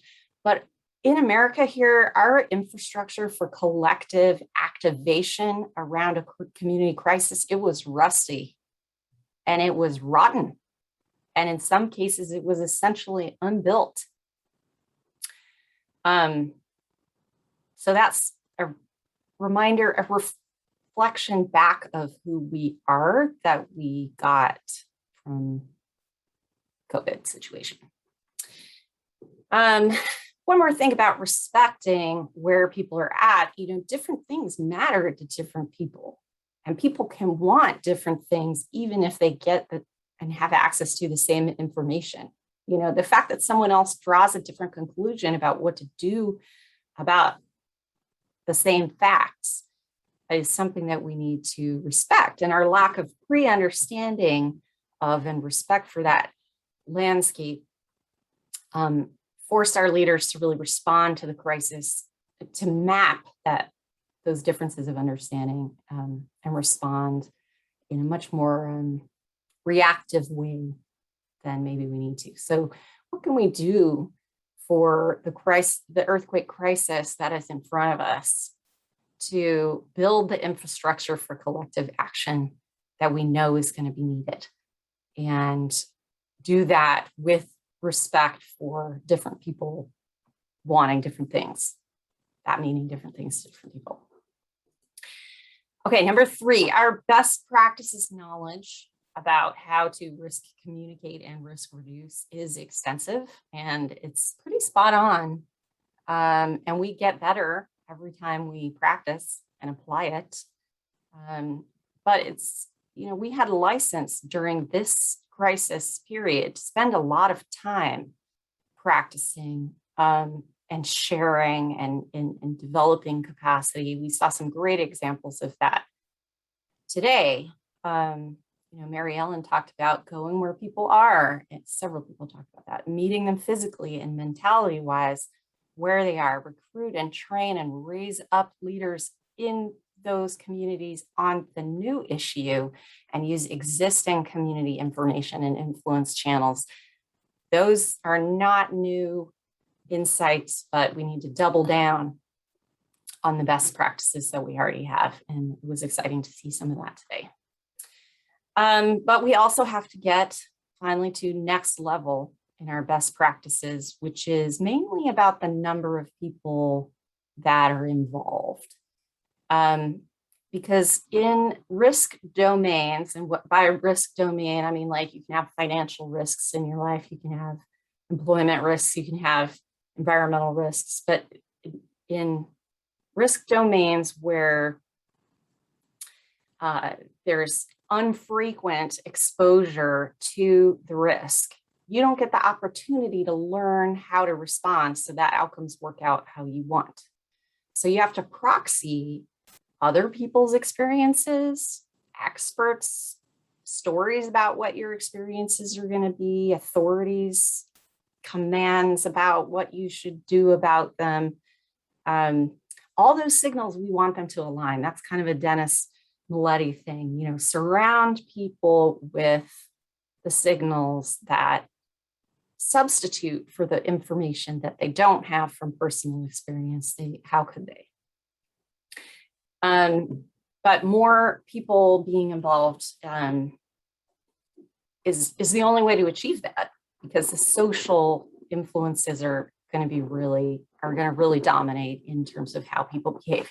So we have an opportunity here, and I think we have had some success in the last year on pivoting away from complacence as risk reduction advocates and professionals about the disproportionate impact that disasters are having and the lack of effectiveness in our programs at alleviating that.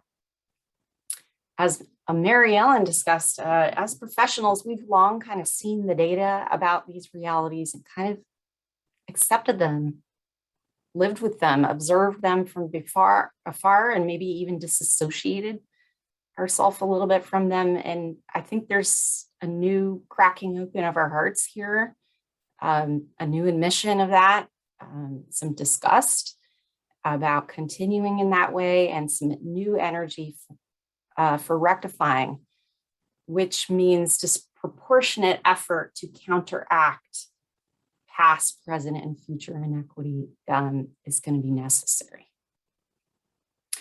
I'm going to stop there, get Janiele involved, and our audience. I hope in the meantime you've been peppering some things in there. So just trying to be thought-provoking, and these are not easy conversations, as many have mentioned today, but we have to try. So let's get out. Thank you. Thank you, Cheryl. I knew you were going to be the perfect person to do a summary.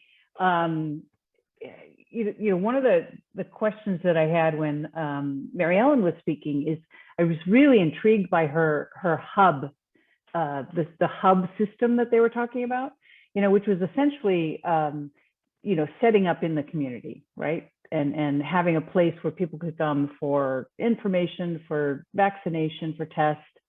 And of course, I am very disappointed with the fact that I won't be able to do a lot of the, you know, EBB and supplementary grant promotion in person, because I always say that's where I do my best work. And mostly I do my best work because it's an opportunity to listen. That with every question that comes from the audience is a little piece of information about who they are, which is a segue into, I see absolutely no questions in the Q&A. So we would all love to know who you are. Don't you find that you learn as much or more as the people in the audience every time you go out and do community talks? I mean, if I had a magic wand, I would replicate Janiele 20 times. Well, so that we have an army, but not replicate you, replicate people with your skills. You know, I just saw another mitigation division, research division employee, Jasmine Castro, said, you know, people gravitated towards her when she went out into the community. So different people are going to gravitate towards different folks. Social science research is very clear. Or here's an interesting paradigm, a way of thinking about trust out of social science, which is that trust has two components. One is trust in the other person's competence and skill and knowledge and capabilities. You know, do I trust the contractor knows how to retrofit underneath the cripple wall of my house? You know, have they done it before? Blah, blah, blah. Are they licensed? But the other one is trust in your motives and alignment of interests. So, you know, a construction person, you know, do they have the incentives to do it as well as they can? Yeah.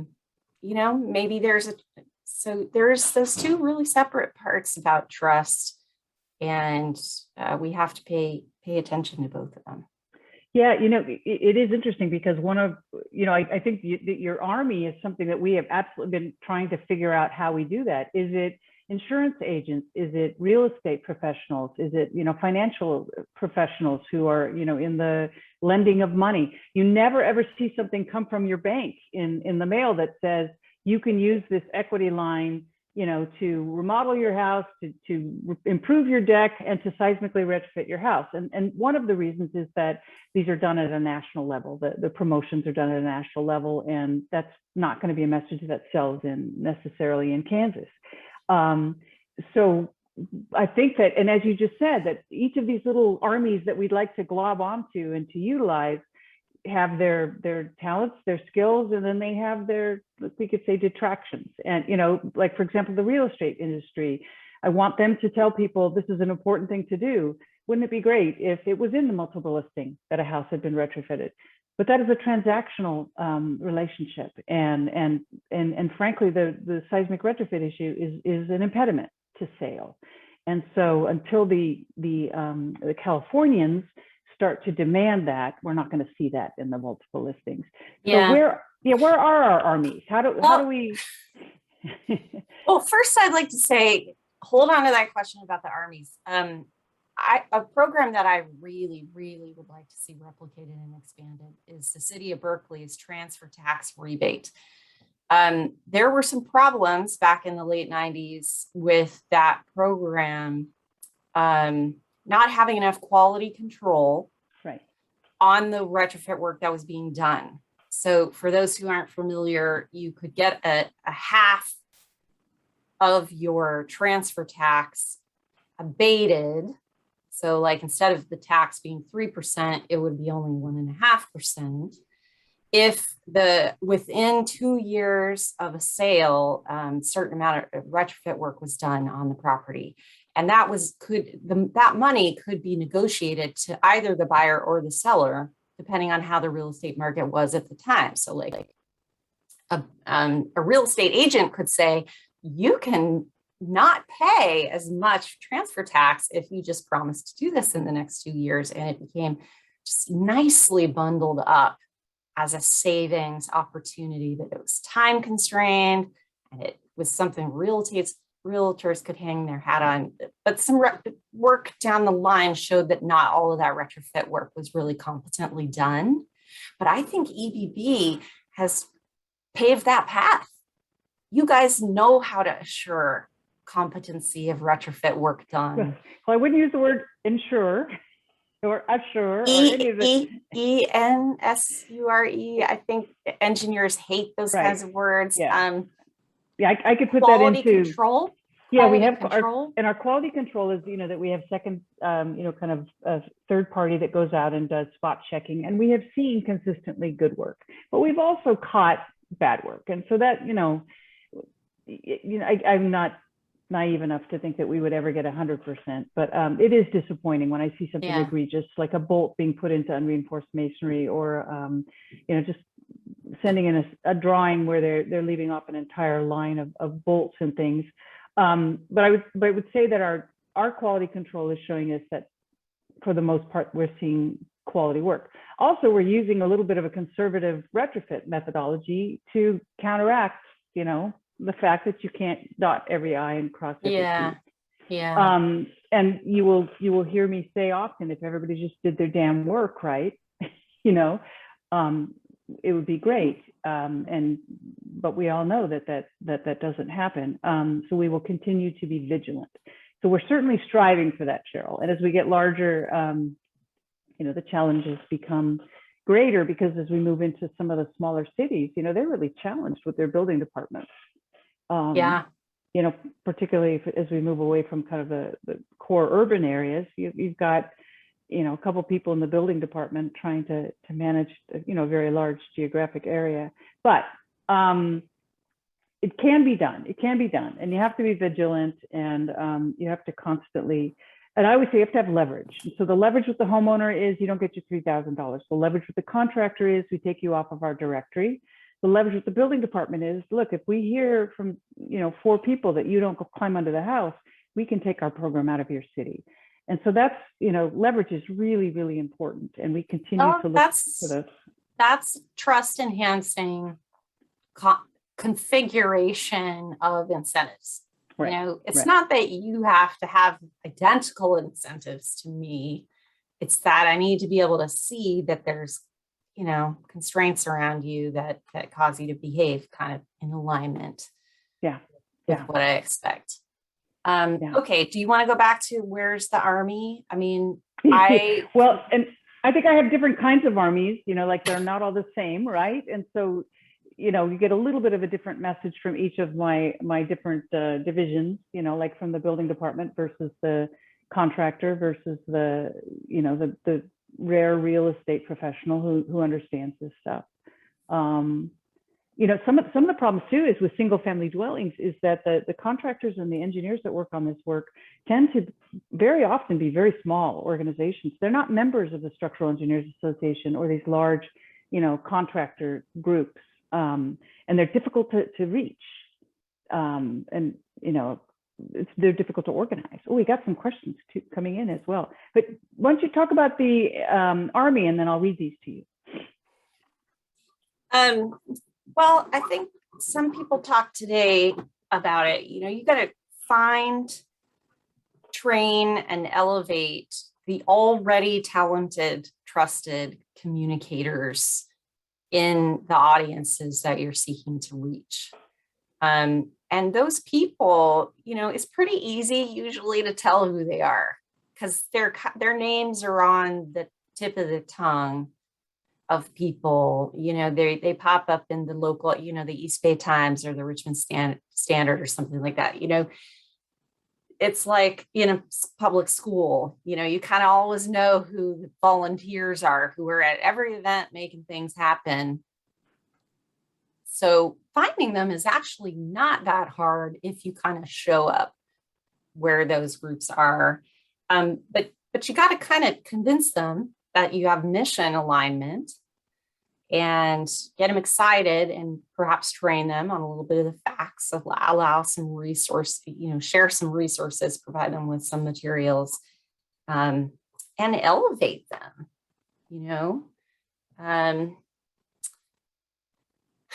That's a program. I don't really know if it's like a fellowship or a mentorship thing. But, a speakers bureau, that's Alan, the opposite. That's the opposite of the engineer coming to the community to give talks. Maybe the I don't know. Well, Alan Alda has an institute like that in the East Coast, specifically to train scientific people to be able to communicate about their science. Yes. Well, there was just a fantastic institute out of Oakland, and shoot, I'm gonna misremember the name, but it was for Black journalists and other journalists to learn how to engage in telling the stories of minority communities and through journalism. And they have incredible training materials. I wish Anna Marie were here because she would know exactly the group I'm talking about. That's an investment, but it's an uncomfortable and unfamiliar investment for science-focused agencies and even government-focused agencies. It feels kind of political. It feels kind of subjective. It's an uncomfortable terrain. And Anna Marie mentioned, it's about marketing. Well, government's not supposed to market stuff. It's supposed to provide it for free and make decisions about it based on, representatives balancing and so on. I don't know. So we need to explore our comfort level and our toolkit that's available to us to expand, our capacity to work in that way, because we know that's what works. Okay. Why don't you go to some questions? Because I'm really excited. It's weird to speak to it. It's not weird to speak to you, but it's weird to speak to an audience where you That we can't, can't see see. them. Yeah. Well, I do want to point out that Ed's comment is just a great reference to a multiple grassroots group that came together to promote above ground tornado shelters in Tornado Alley, and then also a publication by Dennis Maletti, Hide from the Wind. But John's comment is something that, and we've only got a couple more minutes, so I want to make sure we do focus on this, because we worked on the PEER project. The PEER project looked at the retrofit of these houses, the cripple wall retrofit that we're out there promoting with Earthquake Brace and Bolt. We quantified the reduction in damage. And for, let's say, a house in San Francisco, it says $200,000. Well, that's for $200 per square foot. It could be 3 times that expensive in San Francisco, which is $600,000 savings. And what John is pointing out is that, yeah, that this NIST, retrofit saves 1 in 4 or 1 in 6, and different disasters had different numbers, right? Are still tough to use as in language, right? Because they're based on some probability of an earthquake. They're based on a dollar per square foot. The picture of the house from Northridge, of the house off its foundation, that's a complete crumble, and the fact that, or I've got the 2 houses from Napa. These are very difficult things to explain to people. So I kind of throw off, could be in the hundreds of thousands of dollars. $50,000 alone just to elevate a house and rebuild the foundation underneath. Yeah. And I would imagine that, across the spectrum of Californians, the language has to change many times in order to meet the demands. So many things to say about that. So one is the mitigation saves, and the evidence that we have, the really good studies on the cost effectiveness of lots of different kinds of mitigation, right, and preparation and recovery, pre-recovery investments. They really are important, but they're only for a certain audience. Okay. So you have to hit the right audience with the right message. Yep. Consider this, it's downright rude, as well as totally unhelpful, to say to the person on the street, the renter or the homeowner, upgrading your house now will cost only 1/4 of what it will cost to replace it. You ought to do it. Yeah. Like, are you kidding? 1/4 that I don't have. It, right. So that's just a non-starter. It shows total ignorance of that person's, option set that they see for themselves. But the 1 in 4 ratio, or, it's 1 in 12 for some building types and project types, that's exactly what a state legislator and their staff, what a philanthropist, what the media might need to hear, and they can use that in their various missions to advance. So we have to do that, but we also have to, if you're talking about motivating a homeowner, yeah, the ratio is not really going to work. What risk communicators say is to tie it to things that people already have got emotional feelings about. So like that could be your child's college account. If you're talking to somebody in the El Cerrito Hills, who that's their financial thing, that's in $100,000 range. Mm-hmm.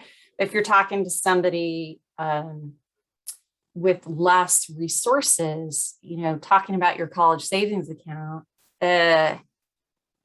you need to get engaged with that group and figure out what is where they are, the right benchmark that is already in their emotional and risk like thoughts that you can hitchhike onto. Wonderful. And it's going to be different for all kinds of different groups. So we know what we need to do. We have a lot of best practices. It's about scaling up, doing the work, getting the money to do the work. I'm very excited that tomorrow is going to be a lot about pulling the funding part into this. Mm-hmm. Anna Marie made the point that there's so much we can do for so little money. That's just about, and actually Vance and Aaron mentioned this a lot, just the language, the terminology, it all layers up. Right. So we need to do that part too. Wonderful. Well, we are just about out of time, and I could invite everybody to stay online because Cheryl and I will talk till 1 o'clock in the morning. I'll let you get back to your family too. But I wanted you to close for me, and you just did actually a beautiful segue into tomorrow, but I wanted to give you a chance to do just a little bit more, because I really do think tomorrow is about relevancy, because tomorrow behavioral economists, people who are putting, in programs that are putting money into communities for resilience, for recovery as well as resilience. And my team, the EBB team, knows that it's not enough to just bring money and deliver it to the door, that we're going to need to provide customer service, relevancy, as you said, a spectrum of communication tailored to individual audiences. Anything else you can say to kind of bring everybody back tomorrow? Well, other than the money part, other than mapping towards money, I think, given that we know kind of the direction we need to go, like, let's hopefully make tomorrow a little bit of a roll up the sleeves day. We know common and shared values and goals are the best communication starter. That is the way to frame the engagement, not you have a problem, let me help you fix it. Yeah. It's what do you care about? I've got a way to empower you to do that. That's the shift. We're going to work on that. We're going to hear from a couple of experts on the economic and the insurance side. And I'm really looking forward to it. Wonderful. Well, Cheryl, as always, thank you so much. I knew that you would do an awesome job, and I really appreciate it. And a huge thank you to all of the speakers and panelists today, and all of you who joined us. We start again tomorrow at 10 o'clock and continue the discussion, an important discussion, one that certainly is critical to the success of our program. But I know that we are just one cog, one member, one group out here who's all working towards the same thing. And so we thank you so much for joining us, and we'll see you tomorrow morning at 10 o'clock. Cheryl, thanks again. Thank you so much. Have a good night, everyone. Thanks. It's an honor Bye-bye. to be here. Bye-bye. Please remember that your link from today works for tomorrow. Thank you. See you tomorrow.